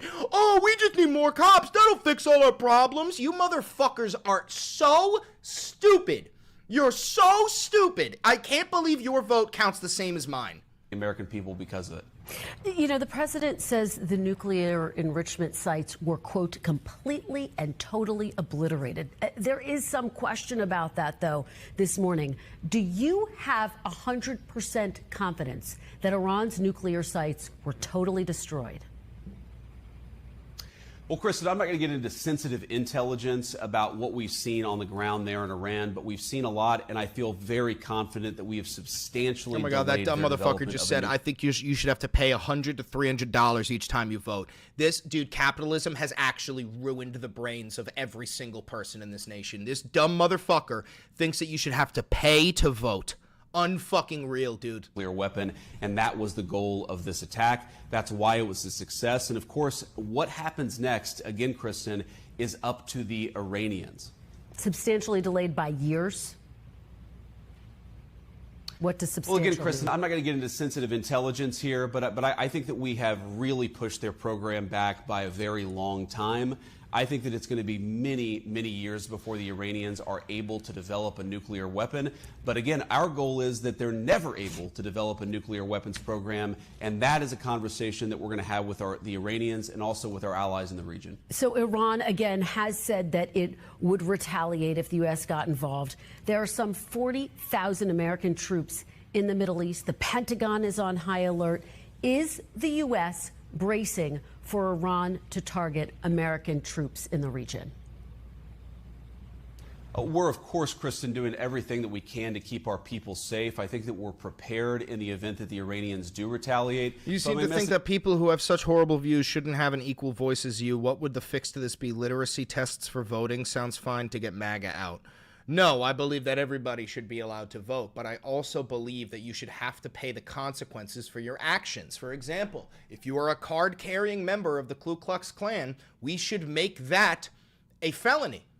Being in the Ku Klux Klan should be a felony. Being a white supremacist should be a felony. Being in the Proud Boys should be a felony. If you are caught being a domestic terrorist, you should be charged. Message to the Iranians is it would be the stupidest thing in the world if they did. If you look at what happened last night, we had an incredibly targeted, precise, surgical strike on the nuclear facilities that are the target of the American operation. Our national interest is for Iran to not get a nuclear weapon. Our strikes last night facilitated Antifa? that. What does Antifa stand for? What does Antifa stand for? National objective. If the Iranians want to enlarge this by attacking American troops, I think that would be a catastrophic mistake. And as the president said last night, the Iranians would be met with then overwhelming force beyond that. So this is a very delicate moment, Kristen. I don't want to pretend that it's not. But I think the Iranians, if they're smart, they're going to have to look in the mirror and say, hey, maybe we're not so good at this war thing. Let's give peace a chance. Let's drop our nuclear weapons program and start to make some smarter decisions. We're, of course, hoping that's exactly what the Iranians do. And I have a number more questions, so I want to keep moving. How concerned is the administration that Iran or Iranian proxies could carry out a terrorist attack inside the United States? Well, unfortunately, Kristen, we know that a lot of people who we don't have full accounting of were let in over the last 4 years under the Biden administration. We know that some of those people were on terrorism watch lists. We feel very confident in our FBI and law enforcement that we're on top of this situation. But yeah, We're looking at this very closely. We're doing everything that we can to keep our people safe. And this is one of the reasons why border security is national security, is if you let a bunch of crazy people into your country, those crazy people can eventually take action. We're going to do everything that we can to make sure that doesn't happen and to keep Americans safe. Mr. Vice President, can you rule out that getting involved in this conflict won't eventually lead to U.S. boots on the ground? Oh, my God. Please say you can guarantee that. Well, the president's been very clear, Kristen. We have no interest in a protracted conflict. We have no interest in boots on... He can't guarantee it. He can't guarantee it. ...the ground. The president has actually been one of the fiercest critics of 25 years of failed foreign policy in the Middle East, which is why he did what he did. A very precise, a very surgical strike, tailored... Antifa good, Proud Boys bad. That's all you need to hear. This guy's all propaganda. Both organizations are equally terrible. So you're saying the Proud Boys, which is a white supremacist group that tried to overthrow the United States Capitol on January 6th, is equally as bad to the anti-fascist movement. You're going to die on that hill? You're going to dig your heels in? Brother, I can't help you. You're mentally disabled. I can't help you. To an American national interest, and that national interest is Iran cannot have a nuclear weapon. It would be a disaster for us and for our allies in the region. So I don't fear that this is going to become a protracted conflict, because I think that we have a president who knows what's in America's interest. This guy just said Antifa is fascist. They support censorship. Say that exact same sentence, but don't say Antifa. Say the full thing. Say what Antifa stands for and repeat yourself. Say what Antifa stands for and then repeat yourself. If Proud Boys were named anti-fascist, would you say they're fine? All right, get rid of Cooper the man. He's a fucking Nazi. Your mother's a fucking tramp whore. Your father was a coward. That's why he raised such a weak little bitch like you. I could fuck your grandmother for $5 in the back of her fucking trailer. Get rid of that fucking piece of shit. Do the things necessary to accomplish that interest. As you know, after an Iranian missile struck a hospital in Israel this week, Israel's defense minister said the Ayatollah, quote, can no longer be allowed to exist. R.I.P. Bozo. Does the United States support Israel killing Iran's leader? Well, look, that's up to the Israelis, but our view has been very clear that we don't want a regime change. We do not want to protract this or build this out any more than it's already been built out. We want to end their nuclear program, and then we want to talk to the Iranians about a long-term settlement here. We believe very strongly that there are two pathways. There's a pathway where Iran continues to fund terrorism, continues to try to build a nuclear program, attacks American troops. That's the bad pathway for Iran, and it will be met with overwhelming force. There's another pathway on the table here. There's a pathway where Iran integrates itself into the international community, stops funding terrorism, and stops trying to pursue a nuclear weapon. This is a reset. This is an opportunity for the Iranians to take the smart path. We certainly hope that they will. Couple more questions, and we're almost out of time. Director of National Intelligence Tulsi Gabbard said in March that, quote, Iran is not building a nuclear weapon. Democratic Senator Mark Warner, the vice chair of the Intelligence Committee, said he was briefed on Monday that, quote, the intelligence hasn't changed. So why launch this strike now? Has the intelligence changed, Mr. Vice President?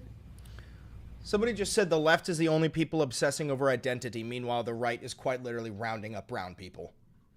Well, a couple of things about that, Kristen. So what Tulsi said back in March is that Iran was producing highly enriched uranium that was only consistent with them wanting to build a nuclear weapon. There's, of course, this is all quite reasonable, Chris. Keldo, answer yes or no. Are the Proud Boys a domestic terror organization? Yes or no? Are the Proud Boys a domestic terror organization? Yes or no?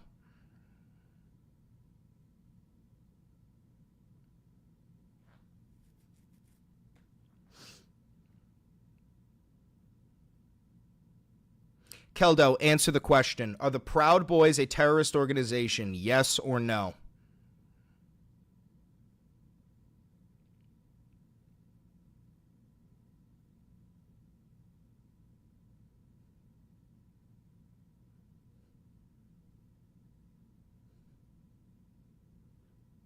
I don't know. I'm not American. The answer is yes, they are a terrorist organization. They were weeks away, whether they were months away, but they were way too close to a nuclear weapon for the comfort of the President of the United States, which is why he took this action. Now, there's another element here, too, Kristen, which is that we had a narrow window of opportunity. We might not have been able to carry out this attack 6 months down the road. And so when you recognize, on the one hand, the Iranians are trying to get a nuclear weapon, and on the other hand, we have a narrow window in which we can set that program back a very long time, it would have been irresponsible, I think, for the president not to take the action that he did, which is why Fordo was destroyed last night. And just to be very clear, did the president say go based on U.S. intelligence or Israeli intelligence? Well, of course, we share intelligence with a lot of agencies, British, Israeli, and so forth, but it was our intelligence that motivated us to act. And I think on the intelligence, Kristen, the thing that I would really emphasize is the way in which the Iranians seem to be stonewalling us. That was not, by the way, our consensus. I don't understand why so many people think Antifa is an organization. It's because they are spoon-fed right-wing propaganda. They believe Portland, Oregon was burned to the ground. They believe that Antifa is going around destroying American cities. Antifa is not a group. Antifa is a movement. It is a correct movement. It stands for anti-fascist. If you are not anti-fascist, you are anti-American. All Americans are anti-fascist. If you disagree with that, fucking leave. Back in March of this year, we saw the Iranians making some concessions. We thought the conversations were actually productive. By mid-May, everybody in our intelligence community and the president's senior team looked at ourselves and said, the Iranians are not being serious. They're no longer making concessions. What if I'm no anti-both? I'm going to ask you one question. Do you support fascism, yes or no? I, Kenny 45. Do you support fascism, yes or no?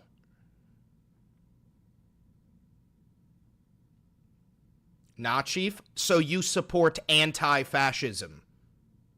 You are a full supporter of anti-fascism, right?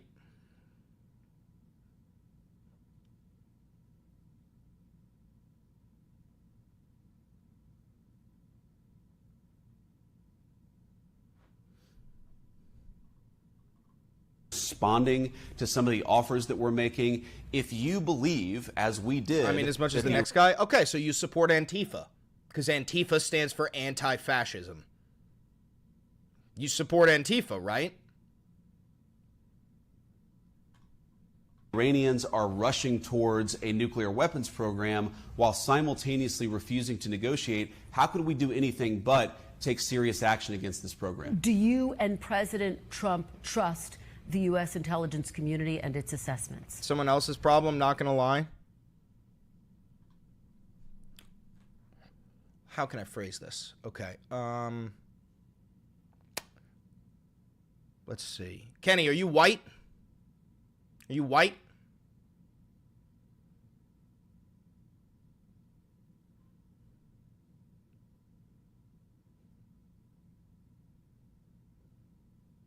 Yep. All right. What type of white? British white, German white, Italian white. What type of white? I'm assuming you're in America. What type of white are you?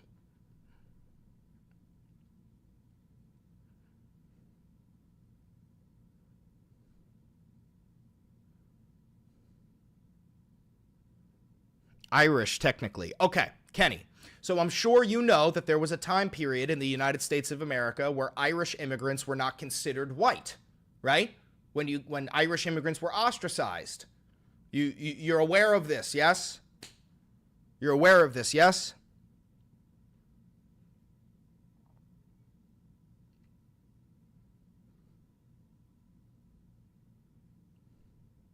Yeah, lol, when we were slaves too, way back when. Okay, so here's my question, Kenny.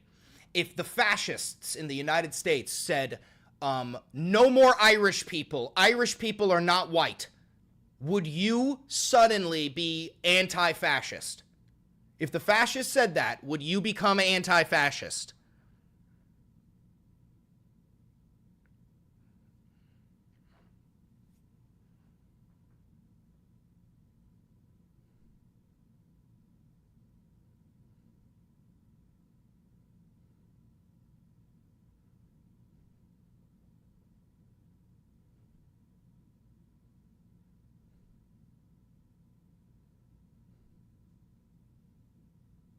Come on. Come on.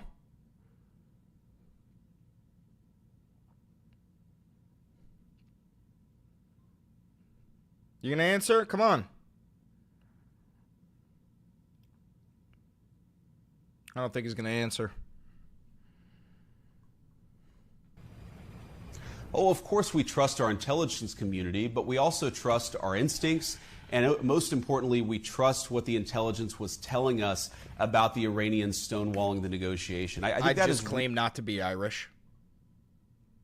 Wow, you're a fucking pussy. Wow, you're a fucking pussy. You're a pussy through and through. You must have been raised by very, very weak people. Your father must have been a very weak man, and your mother even fucking weaker. Holy shit. You've got to be, that's got to be the most cowardly answer I couldn't even have expected that. I could not have expected that, bro. I feel bad for your mother.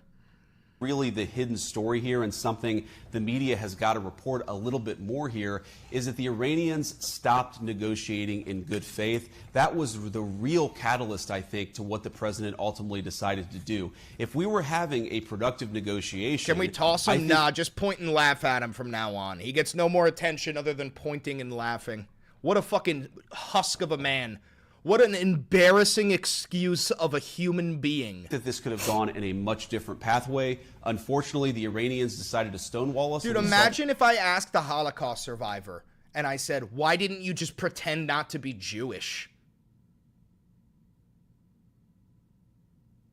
You cannot make this shit up. Consequences of that last night. Mr. Vice President, very quickly, as you know, this is dividing lawmakers on Capitol Hill. Many Republicans supportive, but Congressman Thomas Massie saying this was unconstitutional. Congresswoman Alexandria Ocasio-Cortez saying it's grounds for impeachment, saying the president should have gotten congressional approval first. What do you say to members of Congress who say it was unconstitutional for the president to act unilaterally? Hey, real quick, Stig, are you a white supremacist? Are you a white supremacist? Well, I'd say two things, Kristen, and this is very important. First of all, the president has clear authority to act to prevent the proliferation of weapons of mass destruction, and the worst weapon of mass destruction of them all is nuclear. You sure about that, Stick? The idea that this was outside of presidential authority, I think any real serious legal person would tell you that's not true. And the second thing is, Kristen, I certainly empathize with Americans who are exhausted after 25 years of foreign entanglements in the Middle East. I understand the concern, but the difference is that back then we had dumb presidents, and now we have a president who actually knows how to accomplish America's national security objectives. So this is not going to be some long, drawn-out thing. We've got in, we've done the job of setting their nuclear program back. We're going to now work to permanently dismantle that nuclear program. Hey, Stick, what is your opinion on Adolf Hitler and the Nazis? What is your opinion on Adolf Hitler and the Nazis, Stick? Over the coming years, and that is what the president has set out to do. Simple principle. Iran can't have a nuclear weapon. That has animated American policy over the past 130 days. It's going to continue to be a driving force of our policy in the Middle East for the next 3.5 years. Vice President J.D. Vance, thank you for joining us on a pivotal day. We hope you will come back.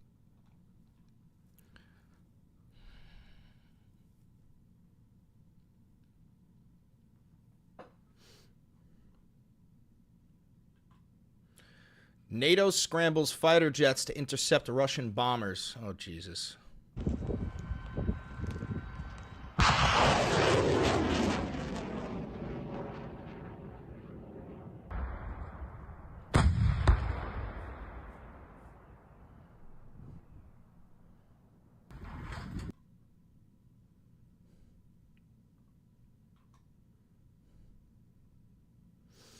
Sweden scrambled military aircraft in response to Russian fighter jets spotted over the southern parts of the Baltic Sea. Swedish Armed Forces spokesperson Mikael Agren said 2 JAS Gripen planes were deployed over Skane and Malmo in response to the Russian aircraft, which did not violate the airspace of NATO's newest member. All right, so they didn't violate the airspace. Doesn't really matter. Back very soon. Thanks, Kristen. Good morning.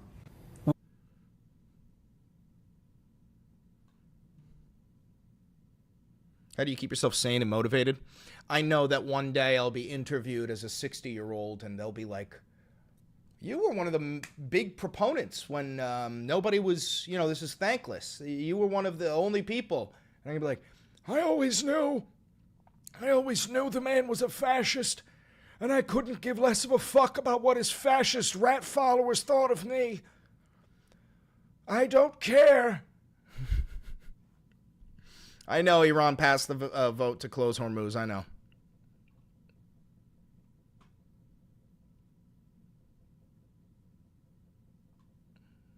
All right, you've been watching the press conference at the Pentagon there. We have now learned the operation name. Bro, I played the saxophone with Bill Clinton once on Memorial Day, side by side.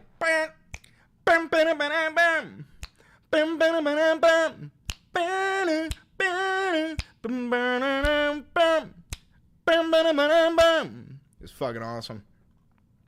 Hitler was CIA, that's my theory. The CIA didn't even exist in World War II, fucking idiot.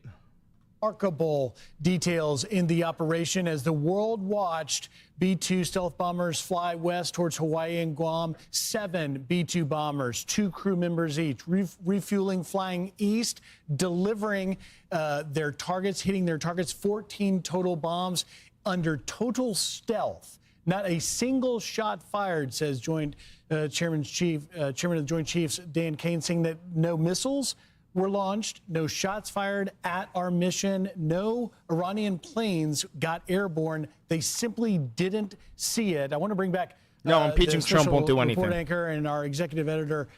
So Trump posted on Truth Social. Let's see.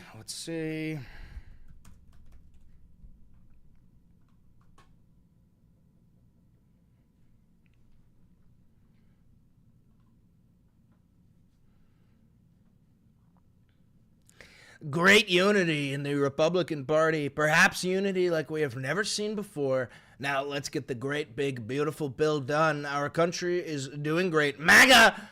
Again, we covered this the other day. Trump's big, beautiful bill has a stipulation in there that literally crowns him king of the United States of America. It's buried on like page 512.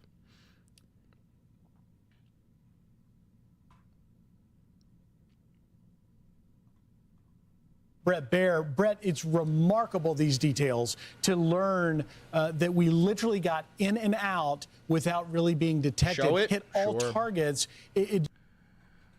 Oh, big, beautiful bill makes Trump king.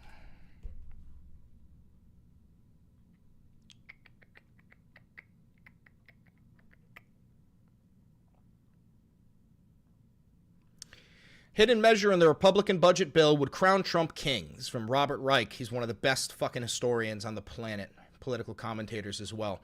And it's all political jargon speak. This is the official line. It says, no court of the United States may use appropriated funds to enforce a contempt citation for failure to comply with an injunction. So what does that mean? Well, let's say a federal court puts a sanction or an injunction on the President of the United States for violating the Constitution. It says that no court may use appropriated funds, meaning federal money, to enforce the citation for failure to comply. Meaning, if Trump disobeys a court order, the courts cannot use their money to enforce contempt. They have to use their own federal money. They have to use their own money instead of federal funds, right? Translated, this means no federal court in the United States may enforce a contempt citation. This would prevent Donald Trump from being sanctioned, taxed, or charged with any crime whatsoever. It quite literally crowns him the king of the United States, where no court in the land can hold him in contempt. That is buried within the big, beautiful bill.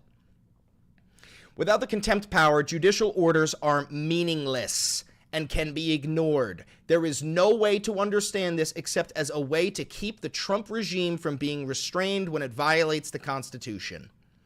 It is literally in the fucking bill. Just strikes you at really the dominance we heard from. Keldo, what is Marxist-Leninism? Keldo, what is Marxist-Leninism? Explain it. Tell me what it is. Secretary Hegseth, the unmatched capability of the American military, but boy, You really got to see it here and likely sending a message to those guys. By the way, don't forget to like, comment, subscribe, and hit the notification bell. I'm your perfect and humble leader, Chris Valenti. I majored in history. I minored in political science. I fucking hate fascism. If you want to support the channel financially, I really do appreciate it. Thank you very much. I love you all. The fact that we have a 22-year-old who worked as a landscaping grocery clerk as the head of the anti-terrorism department has me tweaking. Yep. This harm. Definitely. This perfect is crazy. That's why I say perfect and humble. Perfect and humble. I'm the most humble man who's ever lived. What we were hoping for, some details. As you mentioned, 7 B-2 bombers. This is the largest B-2 mission ever in the history of the U.S., dropping 14... No, Billy, the United States does not recognize Russia, China, or Pakistan as serious nations. They could call for a ceasefire. We do not care. Of these massive ordnance penetrator bombs. Remember, those are 30,000 pounds each, the GBU-57. That's 420,000 pounds of ordnance just in the B-2 bombers dropping on those 3 nuclear sites. Then you add some 30 By the way, chat, notice how Keldo was incapable of explaining what Marxist-Leninism is. Hold on, watch this. Hey, Keldo, was Kamala Harris a communist? Real quick, nobody interact with him except for me. Keldo, was Kamala Harris a communist? Yes or no? Is Kamala Harris a communist?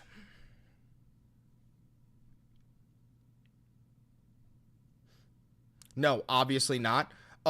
Who's the communist then? Who's the communist? You saying that Democrats are like communists and Marxist-Leninists. Who's the communist leading the Democrat charge then? Who's the communist?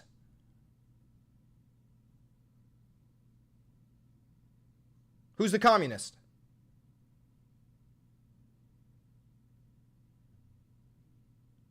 No one in America is communist. Oh, you'd be surprised. There are communists in this chat. But you keep on saying, like, Marxist-Leninist, communist. You keep on using all of the right-wing propaganda tools that were created during the Second Red Scare in the 1950s, and you're literally parroting it 75 years later in the year 2025. So what is your problem with Marxist-Leninism? What is your problem with communism? Could you please explain it? I mean the political establishment. Keldo, tell me what communism is. Tell me. Tell me what it is. I don't believe you know what it is. At all. I don't believe you know what it is, even fucking somewhat. Tomahawk missiles from U.S. submarines. He's going to say communism is when everybody is equally poor. That's what he's going to say. Got 75 precision-guided bombs. I have, if you scroll up, I'm not scrolling. Say it again. On these nuclear sites. Essentially, the message was, we're not at war with Iran. We're at war with Iran's nuclear program, and there is time for Iran to get back to the table, and the president seeks peace. But as we talked about before we came to this press conference, and Rachel, you mentioned the deception and the effort to incoming really Google AI down overview on operational security. You heard a little bit about that. Not only decoy planes going different places, also ghost planes on radars, as well as the B-2s going to the west, while others flew from Whiteman Air Force Base in Missouri. It's when the workers own the means of production in theory, but practice doesn't happen. The closest you get is unions. So you support unions, which are inherently communist. You support unions.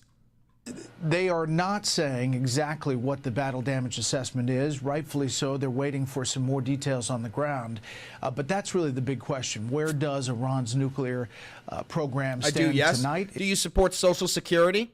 Or today, and this sounds like it is pretty devastated and decimated. Keldo, you're incorrect. Unions are entirely antithetical to the capitalist machine, which is why people like Donald Trump are so anti-union. Unions are inherently a communist idea. Facts do not give a fuck about your feelings. So now that you admit that you support communist unions, do you support Social Security?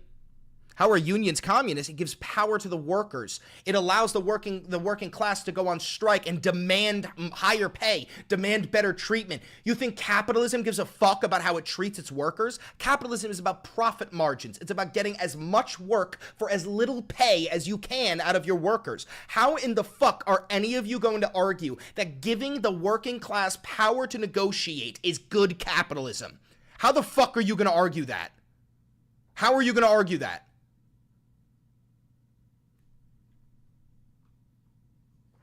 Unions are a tool used by the workers to get fair pay and benefits. So you support the democratization of the workforce, Keldo?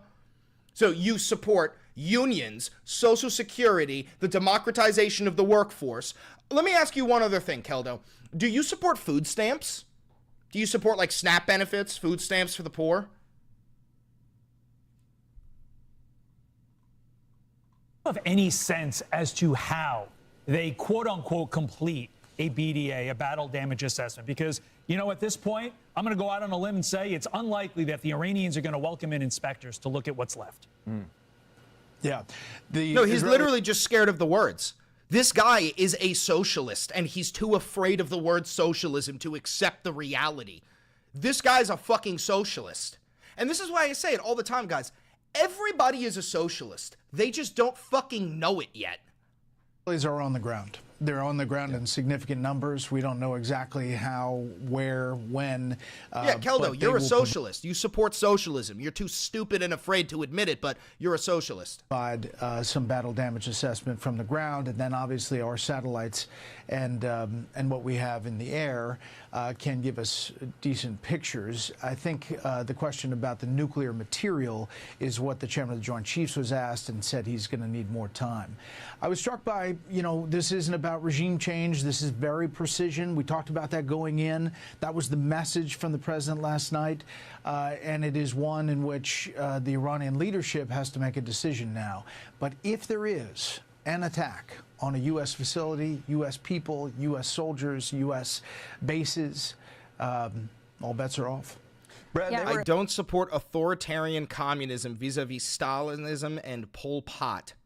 Why can't you be nuanced, dude? Yeah, so Stalinism is not communism. Mao Zedong killing 40 million of his own people, not communism. Joseph Stalin committing a man-made artificial famine called the Holodomor on the fucking Ukrainian people, not communism. Pol Pot's fascist ideology, not communism. So it seems like you don't have a problem with communism. You have a problem with fascism. Asked Pete Hegseth was this is what all you guys say because we're all fucking right, because we're all correct, and you're a fucking idiot.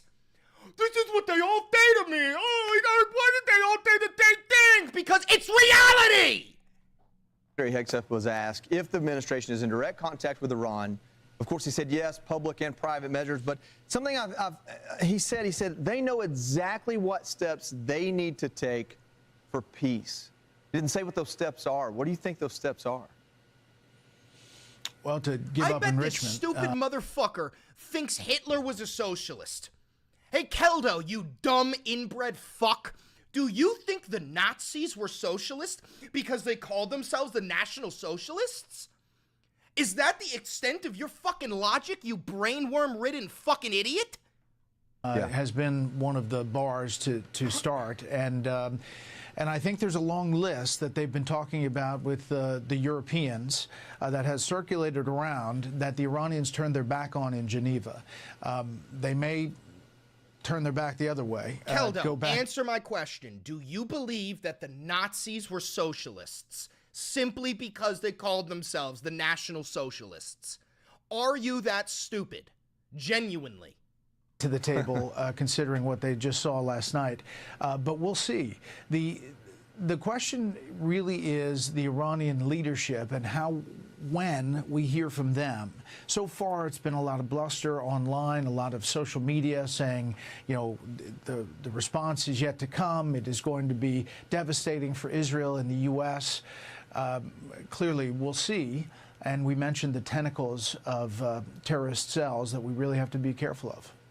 Yeah, you know, Brett, I was really also struck by Pete Hegseth, in particular, Secretary Hegseth, talking about the desire for peace, the desire to make sure that this does not go beyond these strikes, that Donald Trump, the president, wants them at the negotiating table to end this. That was very encouraging to somebody like me who's very concerned about this expanding into regime change. That felt good. On the other hand, there's a lot of tripwires here. We've got the bases that are there that are somewhat vulnerable. Despite the threats. I just noticed, does this guy have fucking robot legs? Did this guy get blown up in Iraq?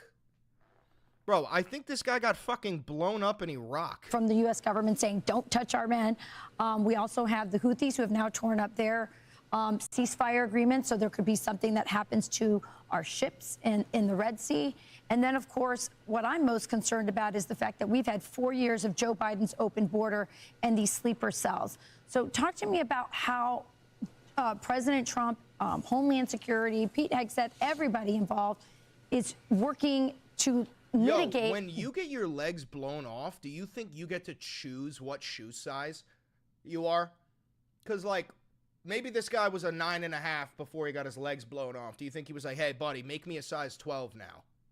Those very real threats, on the Homeland included, to make sure this doesn't expand into a greater war. I deny because, that as Stalin you know, was a communist. I do. Joseph Stalin was not a communist. He didn't have a single communist action, a single communist belief. He didn't democratize the workforce. He didn't reallocate wealth. He did absolutely nothing communist in his entire reign. He was not a communist. He was an authoritarian dictator.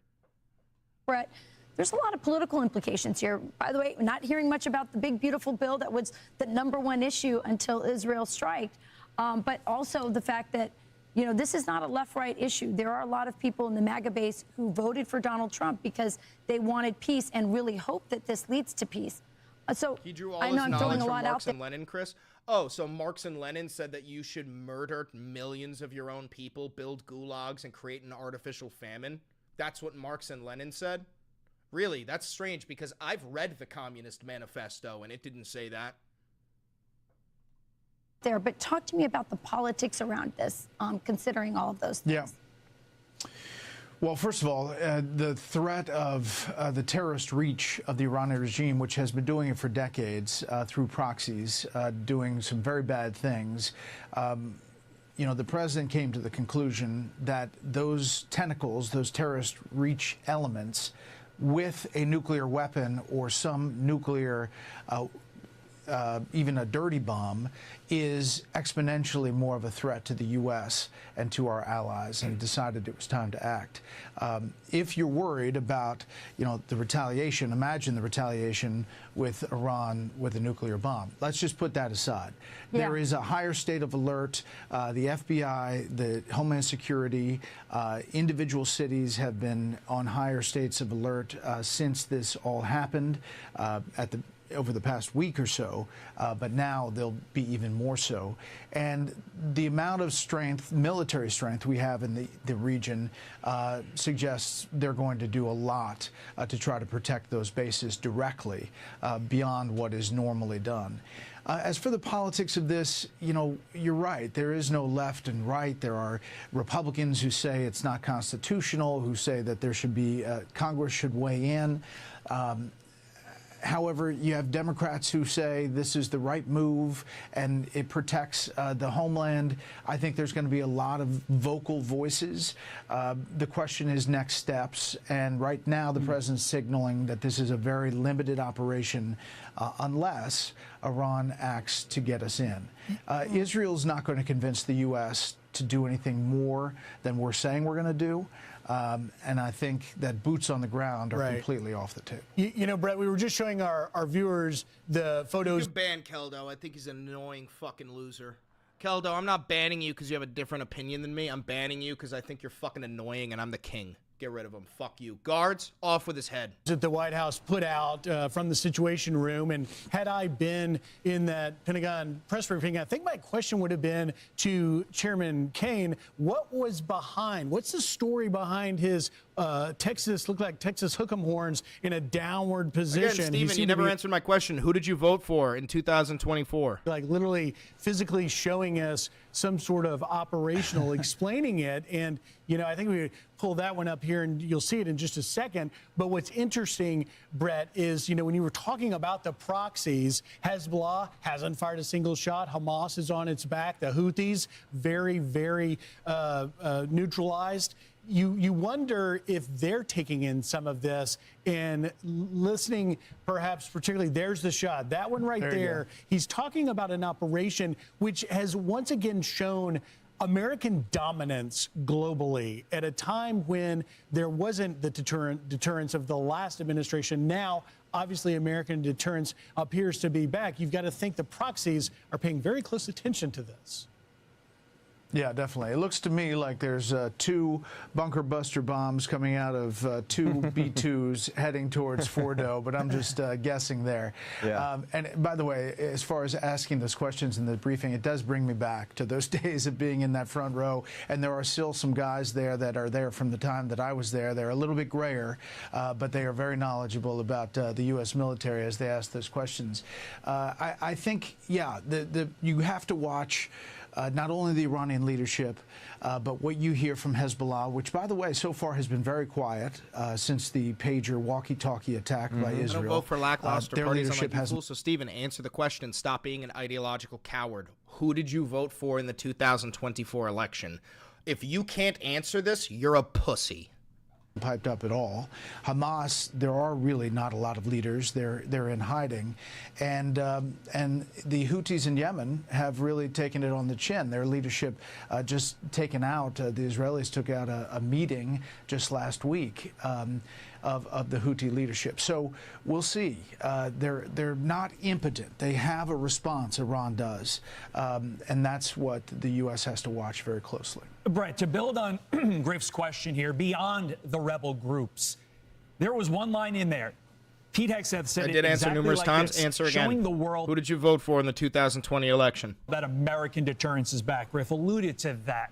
I hear that, and I think beyond those rebel groups, to the question I asked you before we got into the press conference, to me that's sending a message to Russia, that's sending a message to North Korea, and just like firing read the chat, missiles Chris. at Syria. Ban Stephen Corey for talking back to the king. Suck my dick. This is my chat. You do what I tell you to do. Get rid of him. During dessert, this sends a message to Xi Jinping that we mean business. We are going to use our might to deter, and you better watch out and not do something stupid. Was that your takeaway? 100%. It reestablishes deterrence for the U.S., a president that is willing to pull the trigger despite political wins in his own party that perhaps are pushing him not to.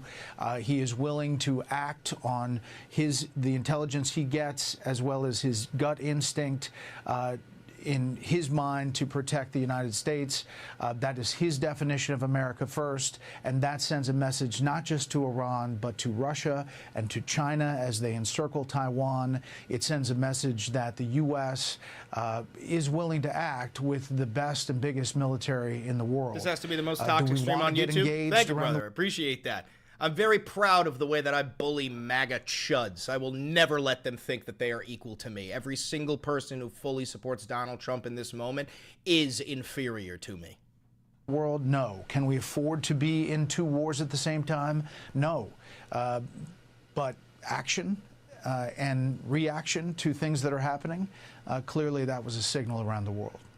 Brett, do we have a clear understanding of whose intel this was based on? Is it Israeli intel, American intel? I know that a lot of Americans are, they trust Donald Trump, President Trump. They absolutely Chris, trust you think you might be a bit of a Hegseth. narcissist? No, I am a narcissist. The problem is I'm not wrong. A narcissist believes they are better than everybody around them. Problem is, I actually am better than everybody around me. Except for the people in this chat, the OAL. If you support Donald Trump, you are inferior. That is not debatable whatsoever. Facts do not care about your feelings. But the intel apparatus that was in place before is still there. And this is the intel apparatus that, told us that there was Russia collusion and there was, weapons of mass destruction. And so how can we as Americans know that we're getting the best intel and that it's not biased? I totally agree with you asking those questions. And ahead of the Iraq war, we asked a lot of questions, and there were 17 international intelligence agencies that told us that Saddam Hussein had weapons of mass destruction. It wasn't the case.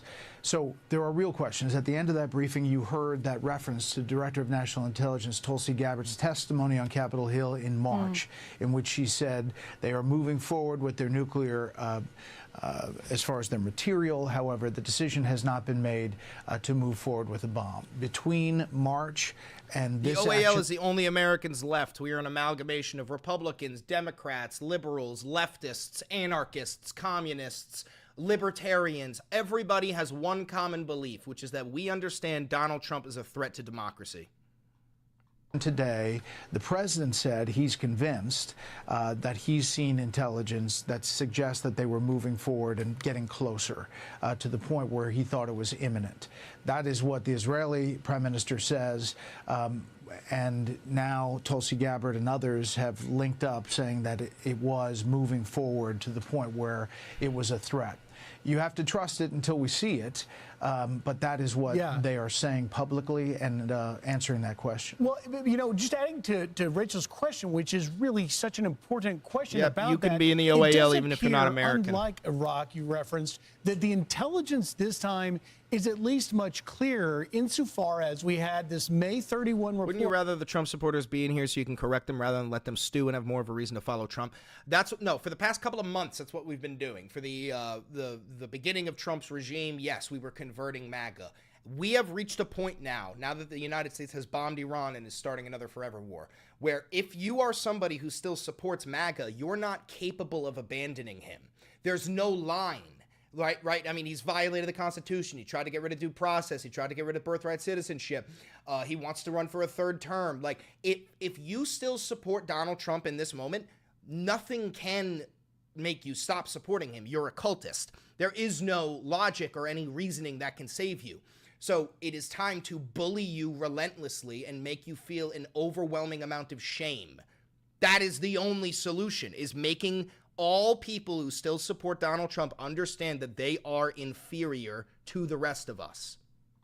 Out of the IAEA, which is the UN's nuclear watchdog, for the first time breaking in 20 years, saying that Iran was in breach of nuclear non-proliferation treaty, enriching When you say uranium. you're a narcissist, is that like a real diagnosis? No, dude, I haven't. I graduated from therapy when my fucking therapist told me I was having delusions of grandeur. And I told her, I said, it's not a fucking delusion if it's possible. Never went back. To 60%. They say this, Brett. They say, quote, the fact that Iran is the only non-nuclear weapon state in the world that is producing and accumulating uranium enriched to 60% remains a matter of serious concern. That's coming at the end of May, and it does track, obviously, we would assume, with our intelligence.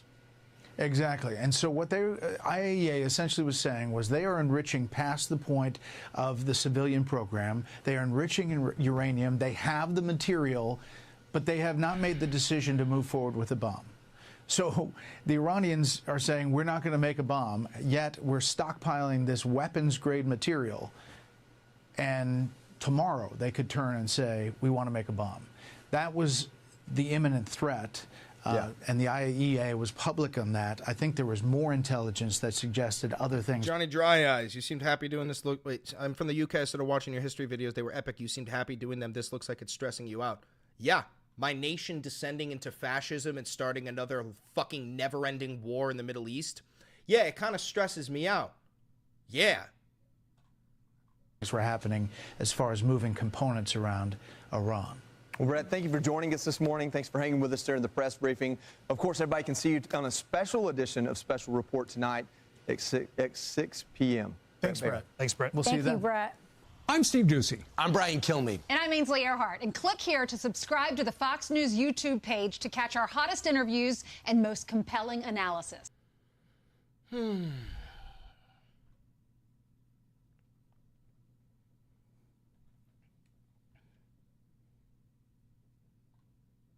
For more now on all of this, we're joined by Democratic Congressman Greg Stanton from Arizona. Thank you so much, Congressman, for being with us.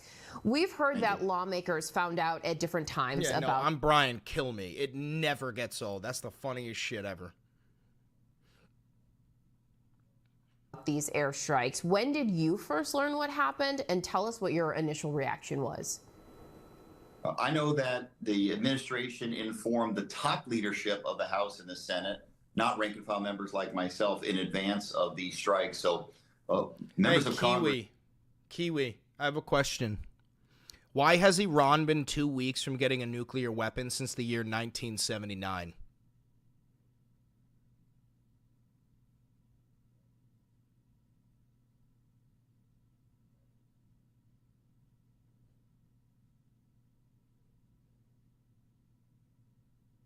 Anything?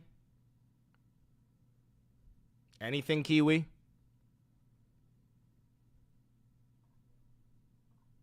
Chris, the vast majority of us found out about the strikes from news media reports like everyone else in America. And so what was your reaction to those reports? Well, obviously, in the days leading up to... Kiwi says because they probably have one already. You're so fucking stupid. Because they have one and they're obviously hiding it. Oh, so Iran has had a nuclear weapon since 1979 and they haven't used it? Thank you for becoming a member. See Bernie Sanders live reacting? Yeah, I did. We already covered it earlier. To this, it's not a great surprise. Let Kiwi be perfect proof and example that American propaganda works perfectly, dude. They have convinced these fucking dipshits that Iran not only is 2 weeks from having a nuclear bomb, but actually they've had it since 1979 and they've never used it. The president You're a fucking idiot. I hope you know that, Kiwi. This decision. And first, the first point we need to make is I think there's bipartisan agreement, Republicans and Democrats. Iran cannot have a nuclear weapon. That's been the policies of Democratic and Republican administrations for decades. No one can disagree with that. And obviously, we're so thankful for the of force. And that was the point. Those are the objectives. No country in the world that can do what the United States hope they're being protect those President Trump arms way. So, and here's President Trump last night. Tonight, I can report to the world that the strikes were a spectacular military success. Iran's key nuclear enrichment facilities have been completely and totally obliterated. For 40 years, Iran has been saying death to America, death to Israel. But if peace does not come quickly, we will go after those other targets with precision, speed, and skill. Communism and socialism are not the same thing. Now, in his first interview since the U.S. action, is the Secretary of State of America. And they do not say that in the manifesto. In the Communist Manifesto, socialism and communism are not used interchangeably whatsoever. They say that socialism is a necessary tool in order to bring about a communist utopia. Secretary Marco Rubio. Mr. Secretary, Puffin, thank you are incorrect. Facts don't care about your feelings. Go read the Communist Manifesto. Here, are we now at war with Iran? No, we're not. This is not a war against Iran. This is very simple. 67 days ago, the President of the United States sent the Iranians a letter, and it said, Paige. You're not going to have nuclear weapons. You're not going to have a militarized nuclear program. Let's negotiate. I want to do this diplomatically. I want to do this peacefully. They tried to play him along the way they've played every American president for the last 35 years. And, the president told them, if we don't get a deal, which is what he wanted, then I'll have to handle it differently. And that's what he did last night. He handled it differently. But that was an Iranian choice. We didn't make that choice. Just fully hit me how bad the false flag is going to be. Oh, yeah. Oh, it's going to be bad. A lot of lives are going to be taken. By playing games with Donald Trump, they made a huge mistake. And President Trump acted last night. And I think the world today is safer and more stable than it was 24 hours ago. And a bunch of these countries putting out statements Chris H. condemning says us. Israel has already had them for a while now, haven't they? Oh, Chris. Oh, Chris. Wait till you find this out. Wait. Don't spoil it. Don't spoil it. Chris, do you think Israel has nuclear weapons, right? You think Israel has nuclear weapons, right? Right?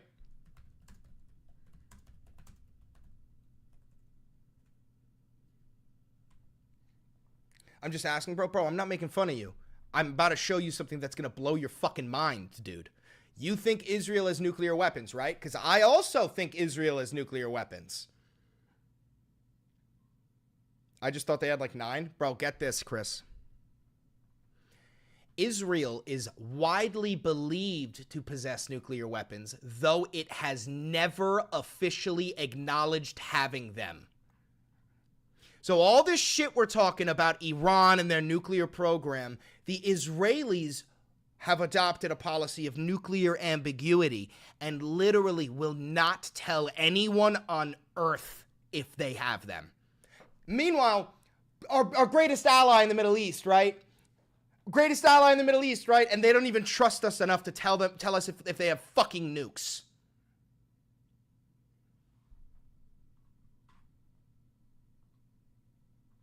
Privately, they all agree with us that this needed to be done. They got to do what they got to do for, their own public relations purposes. But the only people in the world that are unhappy about what happened in Iran last night is the regime in Iran. Really? Because I'm unhappy about it. Is this when you start claiming that anybody who doesn't support the war in Iran is actually a terrorist? Because that's exactly what you guys did during Iraq and Afghanistan. You said that anybody who doesn't support the invasion of Iraq and Afghanistan is actually Taliban. That's what you guys said. Have you heard from anyone in Iran, and are you expecting retaliation? Quit vaping? Can't, bro. Well, if they retaliate, it'll be the worst mistake they've ever made. Look, we can fly in and out of Iran at will. We went in last night. The president sent our military forces from halfway across the world, went in, conducted this operation, left. Not a shot was fired against us. They didn't even know what had happened. By the time we left, the planes were out of their airspace before they finally started realizing they'd been hit. So it would be a terrible mistake if Iran retaliates. But that's not our goal. We are not declaring war on Iran. We're not looking for war on Iran. But if they attack us, then I think we have capabilities they haven't even seen yet. It would be a terrible mistake on their part. And frankly, it's not what we hope for or wish. What we want now is to ensure that Iran never has nuclear weapons. If what they want is a civil nuclear program where they have power plants like a lot of other countries in the world have, they can do that. That's the deal that's been offered to them. They rejected it. They played us. They tried to play us, I should say. They wouldn't respond to our offers. They disappeared for 10 days. And now, you know, the president had to take action as a response. And the response included strategic ambiguity. Can you walk us through the plan in terms of how it was deceptive, not allowing the Iranians to understand what was really taking place? Well, ultimately, when we do these things, it's because we care about the safety and security of our troops, of our airmen, and all those who are supporting these missions. So, you know, obviously, the element of surprise is important in military tactics. In this particular, now, I don't think the Iranians or anyone should have been under any mystery. The president said very clearly, we have 60 days to make progress on a deal, and if we don't, I'm going to deal with it differently. But in terms of what people call deception and surprise and things of this nature, the core of that is not the success. The mission was going to be successful no matter what. The core of that was protecting our servicemen and women who are in harm's way and conducting that mission. That's the most important part. And they went in, they did what they needed to do with precision and skill that no other military in the world can do. And they left. And they were well outside of Iranian airspace before the regime even realized what had happened. And that was the goal here, and that was achieved. You know, these planes came from halfway across the world, and no one saw them coming. And that's a huge credit to Pete Hegseth and General Kane and General Kurilla and obviously our commander-in-chief for pulling that off. Well, the president said in a post recently that he knows where the supreme leader is hiding. You could boost your mic volume? Yeah, my bad. How about that? How's that? Better? Him out yet. Is that better? What can you tell us about your expectations with regard to regime change in Iran? Well, that's certainly not the goal of what we're working on here. The goal is stated very clearly in the letter. $5, egghead. Not gonna lie, I'm very close to getting a tattoo of a cartoon taco, and underneath it had the letters "Fuck Donald Trump." Love that. Any news if Chinese or Russian scientists died? We have no updates yet. The supreme leader about 65, 67 days ago. And in a letter he said, you're not going to have a nuclear weapon. Let's negotiate peacefully a solution. We can make a really good deal that's good for Iran, good for America, good for the world. If you don't, however, then I'm going to have to deal with this differently. The Iranians didn't like the letter. They didn't respond to it. They ultimately entered into fake negotiations and tried to play him along. In essence, they thought they could do with President Trump what they've done with presidents in the past and get away with it. And they found out last night that they can't. It's $5, Drew, for coffee. And thanks for keeping us updated on this crazy shit. Thank you for your efforts over these recent days. Thank you for being here, guys. Listen, I couldn't do this shit without you. I do this shit not because I want to. Like, of course I want to be a YouTuber, but I don't want to be constantly covering fascism. I want to be making history content, but I can't, because 77 million people in the United States voted for a fascist, and now I have to use my brain to dismantle the fuck up they created in the first place, and I refuse to surrender. I would rather die on my fucking feet than live on my knees, and these motherfuckers are gonna have to kill me to make me stop. Found out last night that you can't. And that's important, not just on this issue, but for so many other issues happening around the world. I think that what we are seeing is that this is a president that tells you what he's gonna do, and then he does it. And I think that to a lot of people, including the Iranian regime, is shocking. What are your expectations in terms of Iran's nuclear capabilities today? Well, they're certainly degraded. Look, at the end of the day, if Iran is committed to becoming a nuclear weapons power, I do think it puts the regime at risk. Lean IO said that can be arranged. Are you talking about killing me, Lean IO? Are you such a triggered little MAGA fuck that you want me dead and you still have the audacity to claim that you're not a fascist? I really do. I think it would be the end of the regime if they tried to do that. It's certainly been set back from a technical standpoint, not just due to what we did last night, but obviously the Israelis have done incredible work in advance as well. He's a friendly? But ultimately, they have to make a decision. It's a very simple decision. If what they want is nuclear reactors so they can have electricity, there are so many other countries in the world that do that, and they don't have to enrich their own uranium. They can do that. But if what they want is a secret program buried in the mountain where no one can see it and inspectors can only come when they say they can come, if that's what they want, then they're going to have big problems, because this is a dangerous, violent, radical regime. Not the Iranian people. We have no problem. We didn't hit Iranian people last night. We hit nuclear facilities. Who's in the nuclear facility? Brother said, we didn't hit the Iranian people.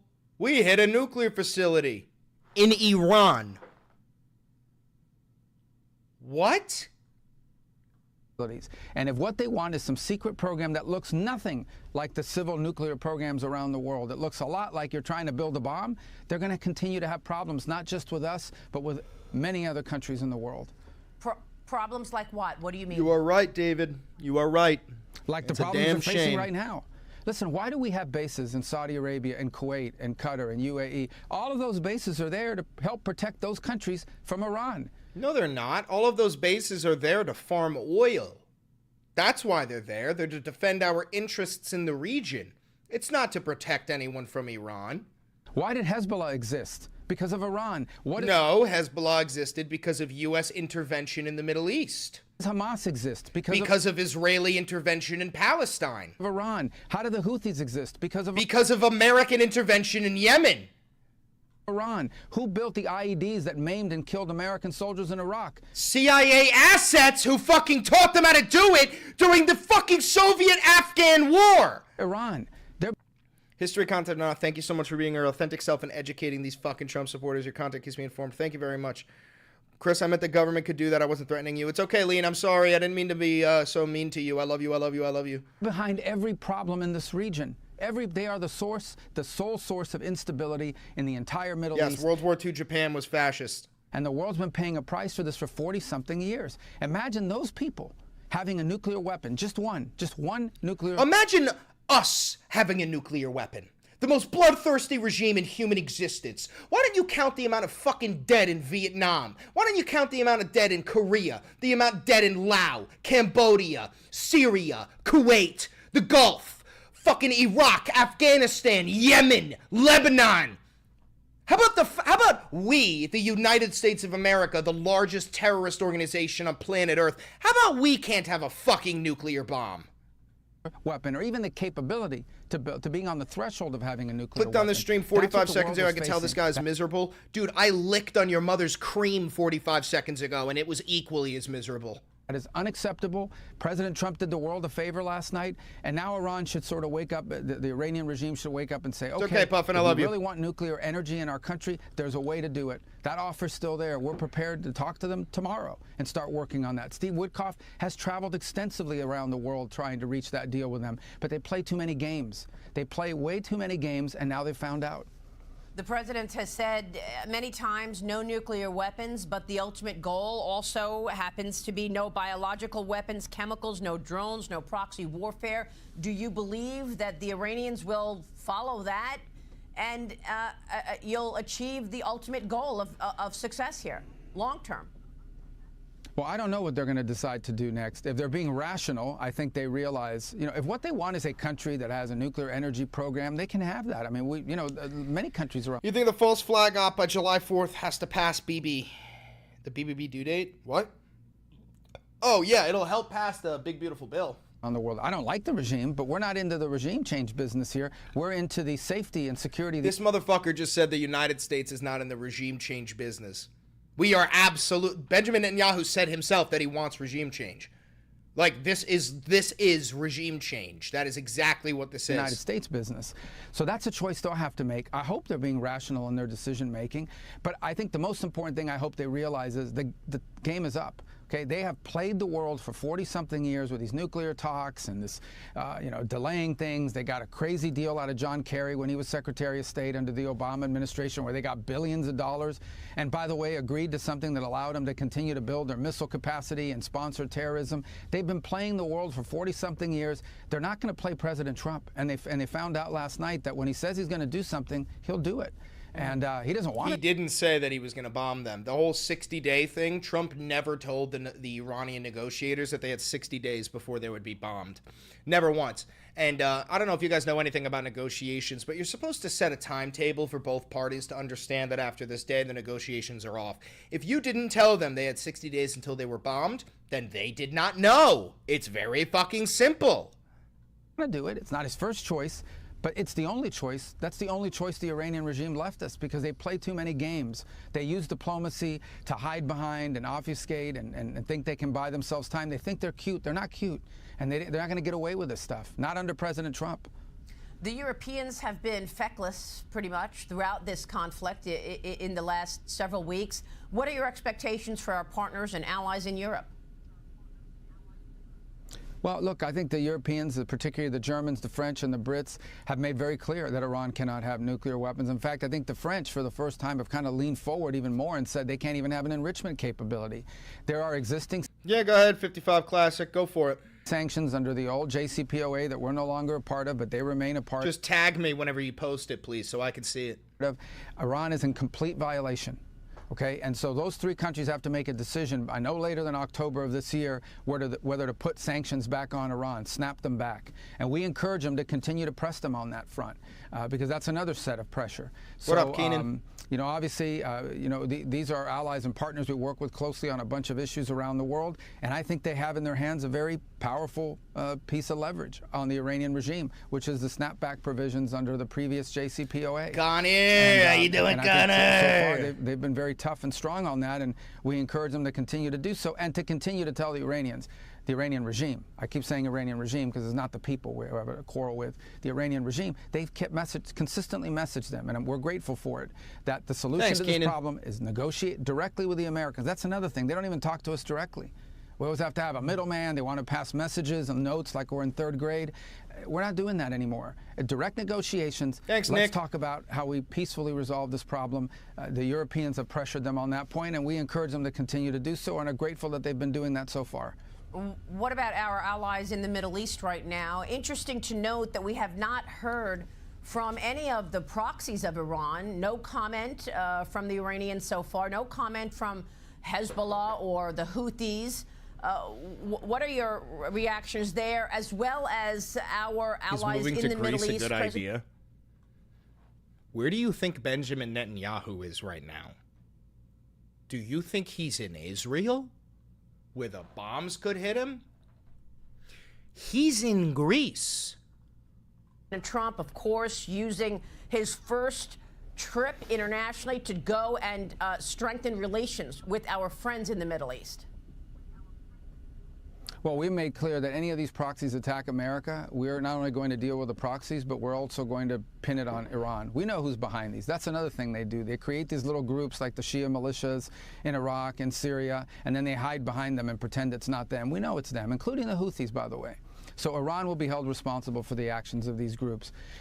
So what he just said is that any Americans who are hit by the Houthis, Shias, rebels, literally any Muslim or Arab that hits America, Iran will be blamed.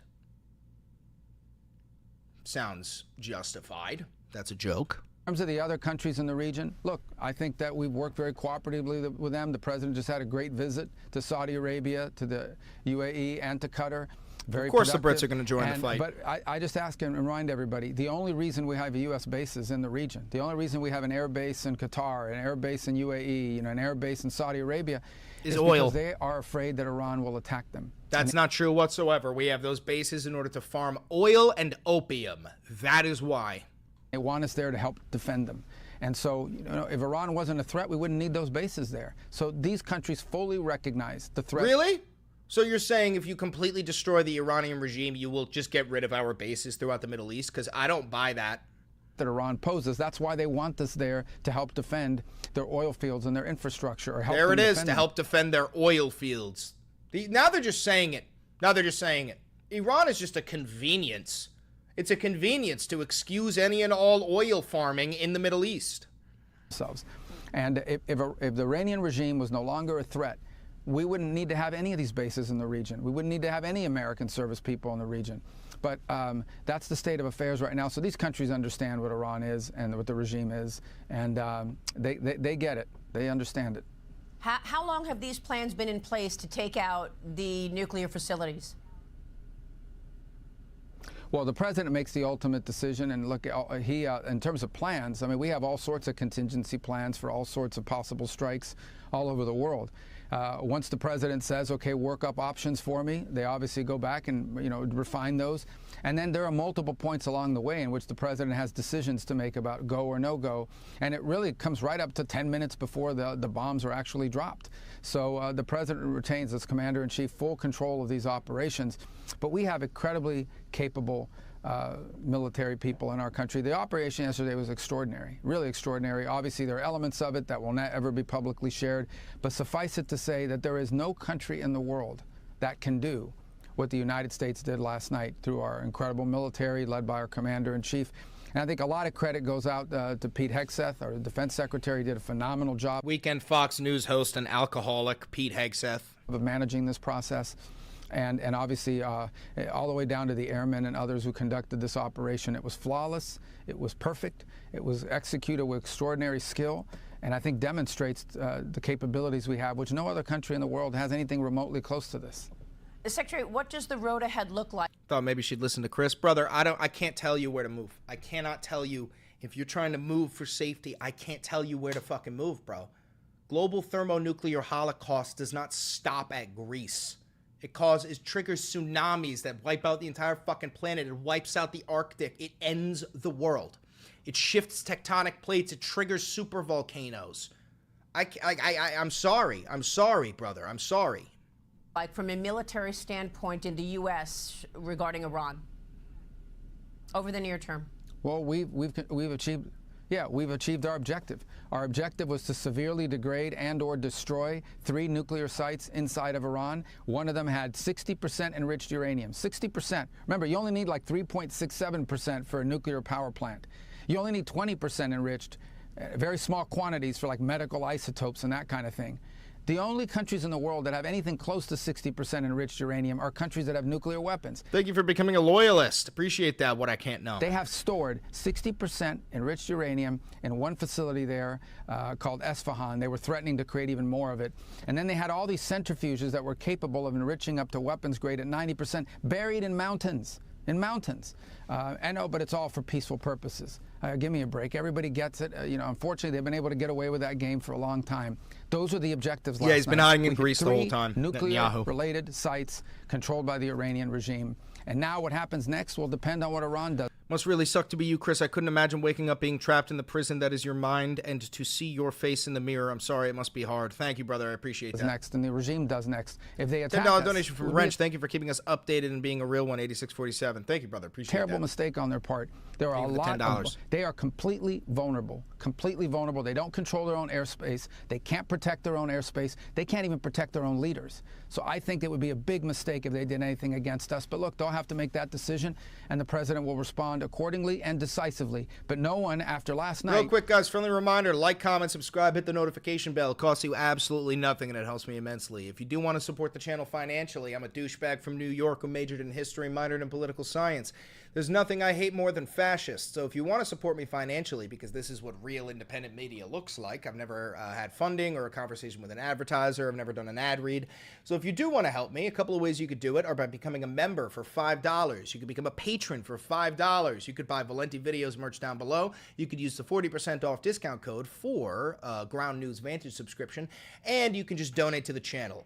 Thank you very much for 72,000 subs. We're trying to hit 100K as soon as possible. get that YouTube play button on the wall, and prove to these MAGA brainworm-ridden fucking idiots that we are legion and they are the fucking minority.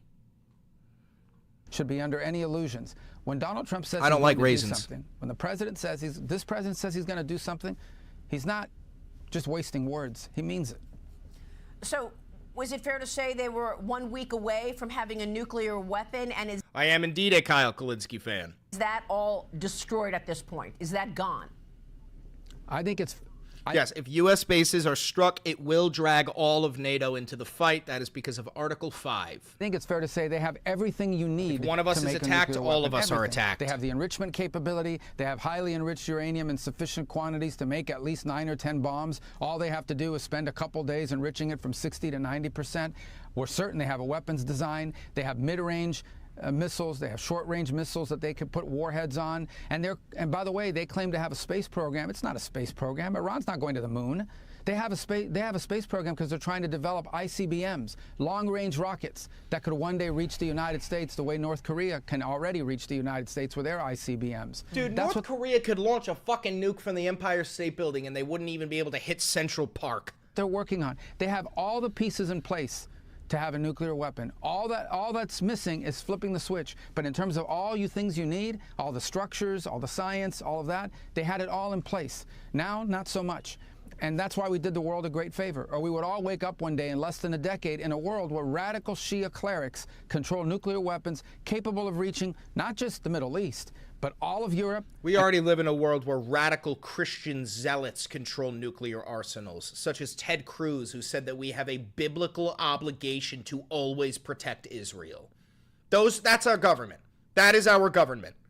Potentially the east coast of the United States, that is an unacceptable risk. There's no way we were leaving that for future generations. Secretary, final question. Who's staying in Greece? Benjamin Netanyahu. Here, do you expect Iran Your government, to move I'm assuming you're Greek because of that name, your government is harboring Benjamin Netanyahu.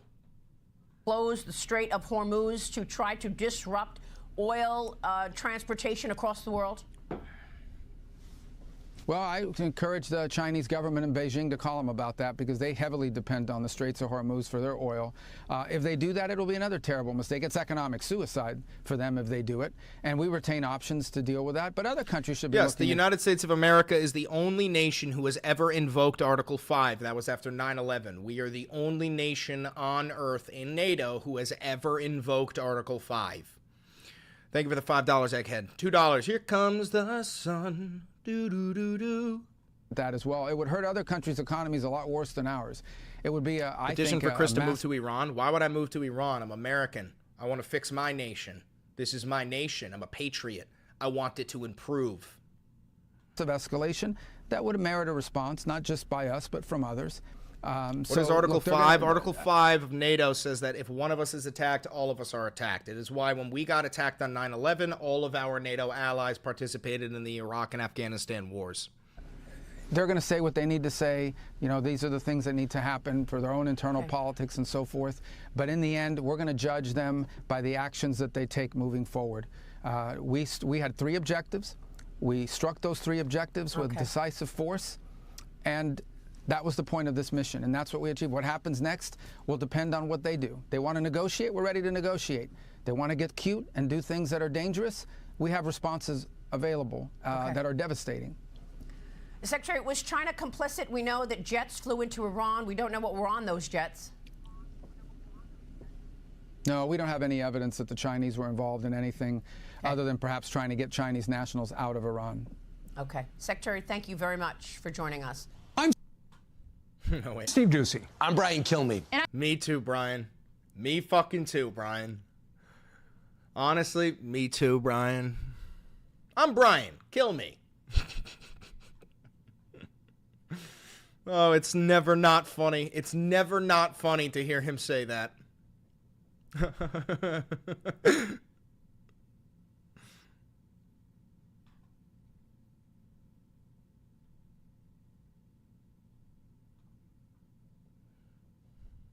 I want to bring in our senior White House correspondent, Garrett Haake, for more on that, as well as what else we may expect from the president. It's my understanding, Garrett, that there is nothing on the agenda for the president to make more public remarks, as he did very late last night, late about 10 p.m. Eastern on Saturday night. Talk us through sort of the dynamics at the White House here. Sometimes in these moments, you have a lot of activity, you have a lot of monitoring happening from the West Wing. What are you seeing where you are?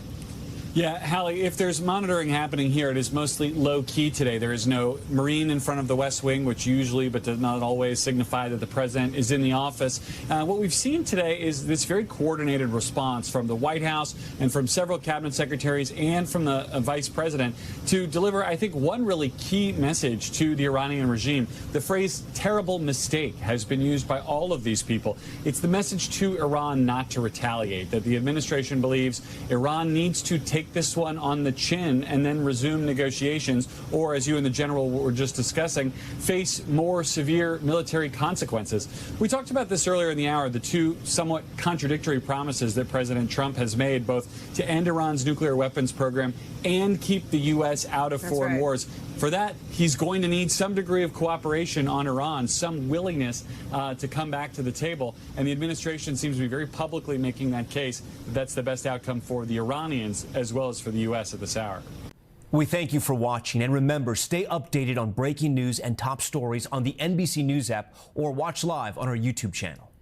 I'm not downloading your app. Absolutely perfect for it to take place right now. Just a massive show of a U.S. military might, 120.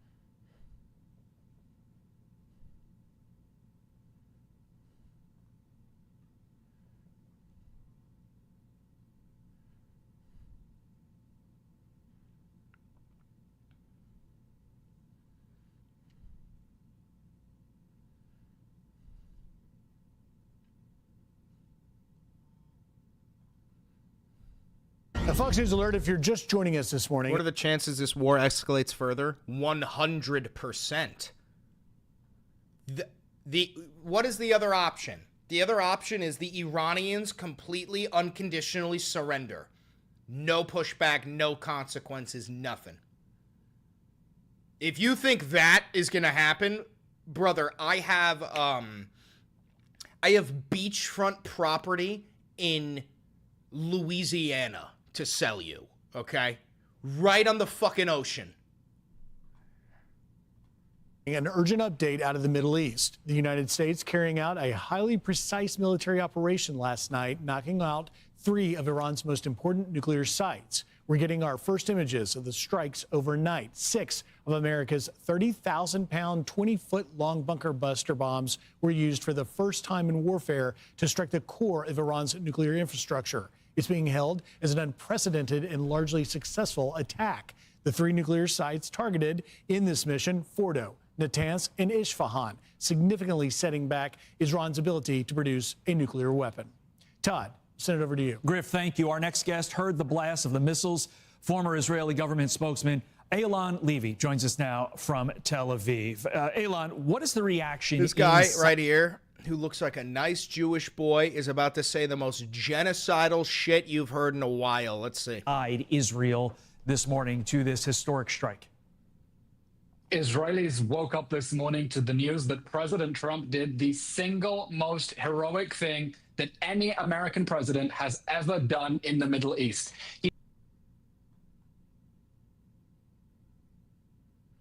Average fucking Zionist. He showed the Iranian regime you cannot chant death to America, build the weapons to bring death to America, and get away with it. The Iranian regime has been waging a regional war against Israel for nearly 2 years through its proxy terrorist armies. And Israel has now laid the groundwork in Iran, knocking out nuclear facilities. You mean this guy, or do you mean me? Taking out ballistic missile launchers, and Israelis are relieved and thankful for American leadership for delivering the death blow to the nuclear program of a regime that is sworn to our death and destruction. Does Israel's attack plan change following these strikes? And if so, how, Eylon? That guy? I know it's my first time seeing him. Israel's goal in this phase of the war is to eliminate two. Yes, Iran has decided to close the Straits of Hormuz, which will fuck with the oil market worldwide. Donald Trump and his regime will respond militarily. This conflict will escalate. Existential threats: the Iranian nuclear threat and the Iranian ballistic missile threat. Iran's nuclear threat is obviously a threat to world peace, and President Trump is so right. It's the single biggest threat to world peace, to have the most dangerous regime in the world with the most dangerous weapons. I agree. I do agree. It is dangerous to humanity to have the most dangerous regime in the world having the most dangerous weapons, which is why I believe that Benjamin Netanyahu should be fucking extradited to a goddamn gulag, and we should forcefully disarm the entire regime of Israel. Tell the Israelis to go fuck themselves, and good luck with the Arab world that they have turned into their fucking enemies by bombing them and stealing their land since 1948. Good luck, motherfuckers! But Israel is also going after Iran's ballistic missiles. Bro, I swear to God, if I was ever elected president, literally before I took my hand off the Bible swearing in, I would go, I also swear that within the first 15 minutes of my presidency, I will cut all ties with the nation of Israel. They will be left to fend for themselves. I fucking swear to God I would do that. Iranian regime was building one ballistic missile for every square kilometer in Israel. And when you see the scenes of destruction in Israel, they hit a hospital, they hit homes, they hit a cancer lab. You can only imagine what the Iranian regime would do if it had 10 times as many missiles. So Israel is now hoping that it can continue taking out Iran's ballistic missile launchers, mopping up the end of the Iranian nuclear program. And of course, here's the big thing: hoping the Iranians take President Trump's ultimatum. Now is the time to make peace. This needs to be the finale of the regional war the Iranian regime has been. Put this guy in a helmet, give him an N27 IAR, send him to Tehran, and tell him to win the fight. Tell him to fucking do it, you fucking Weasley piece of shit. Launching. There is no point continuing to wage war on Israel or destabilize the Middle East or threaten the United States. It's game over. Now's the time for peace in the Middle East. Eilon Levy, thank you for your time and your insight live from Israel this morning. We appreciate it. What a piece of shit.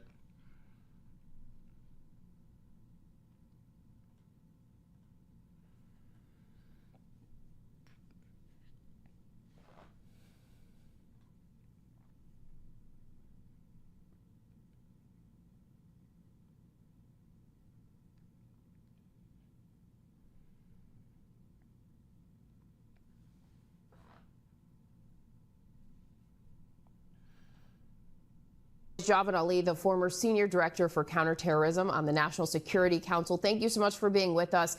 Secretary Hegseth and General Kane said that based on initial assessments, all three of those Iranian facilities were heavily damaged, even saying that Iran's nuclear program was obliterated. But when will we know for certain the impact that these strikes actually had on the facilities and Iran's overall nuclear program?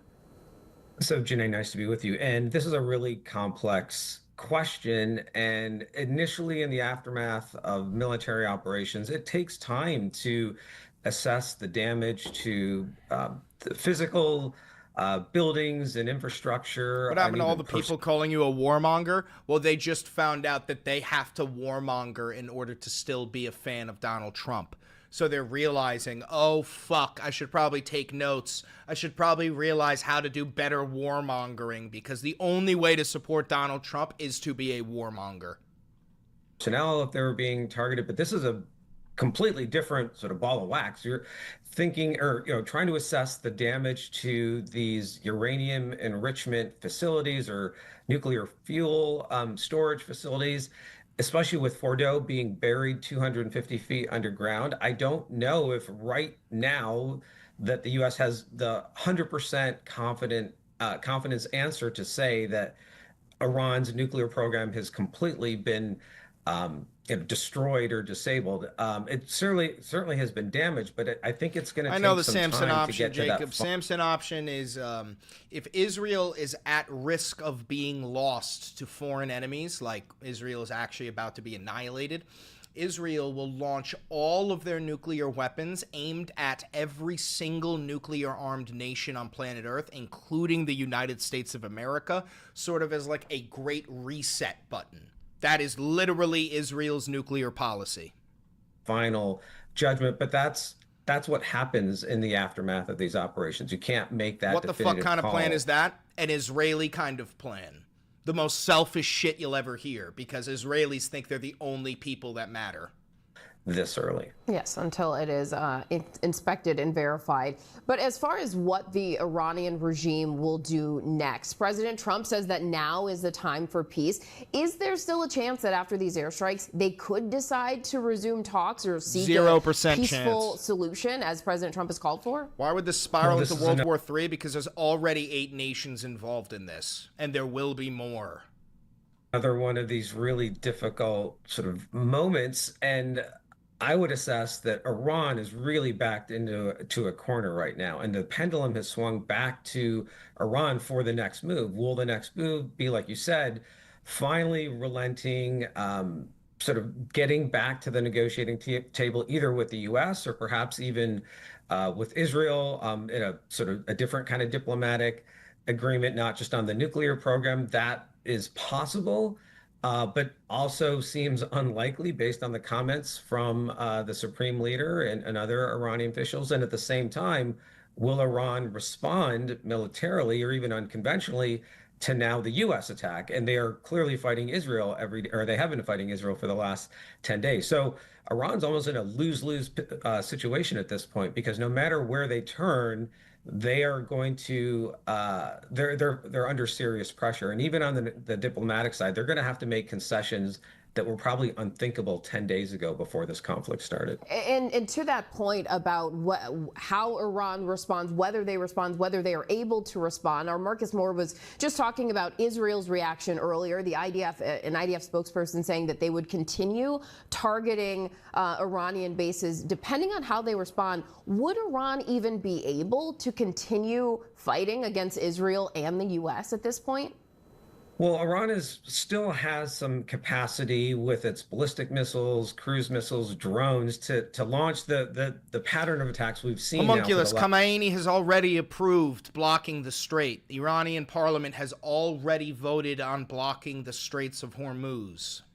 Last 10 days, but that is a fungible resource for Iran. And every time they use one of these weapons, it's probably very difficult for them to replenish them. It's not like they have these production facilities where they're just rolling off assembly lines, and Israel's probably targeted those too. So whatever that inventory looks like, it's probably 40 to 50% less than when they started 10 days ago. And now, considering a response to the U.S., this is going to make it even more difficult for them. Well, we will certainly continue watching this. Javed Ali, we appreciate you being with us this morning. What's in your go bag? Everything I need to survive for 72 hours in the wilderness. That's it.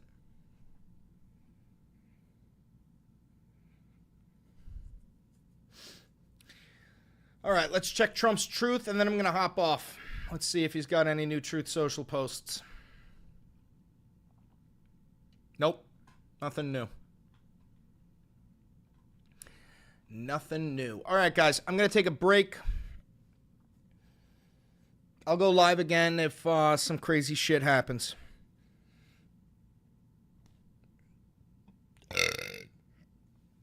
Can you please make a go bag creation tutorial? No. You could buy go bags. They're called bug out bags. You could buy them on Amazon.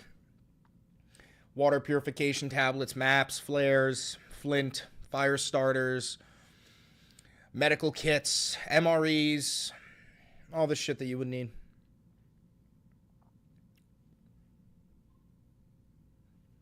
I'm not the type of guy that you want advice on how to build a bug out bag, bro.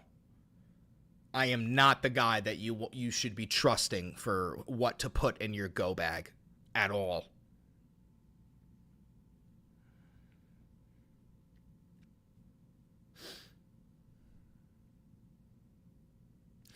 Flint and steel, chicken jockey, I am Steve.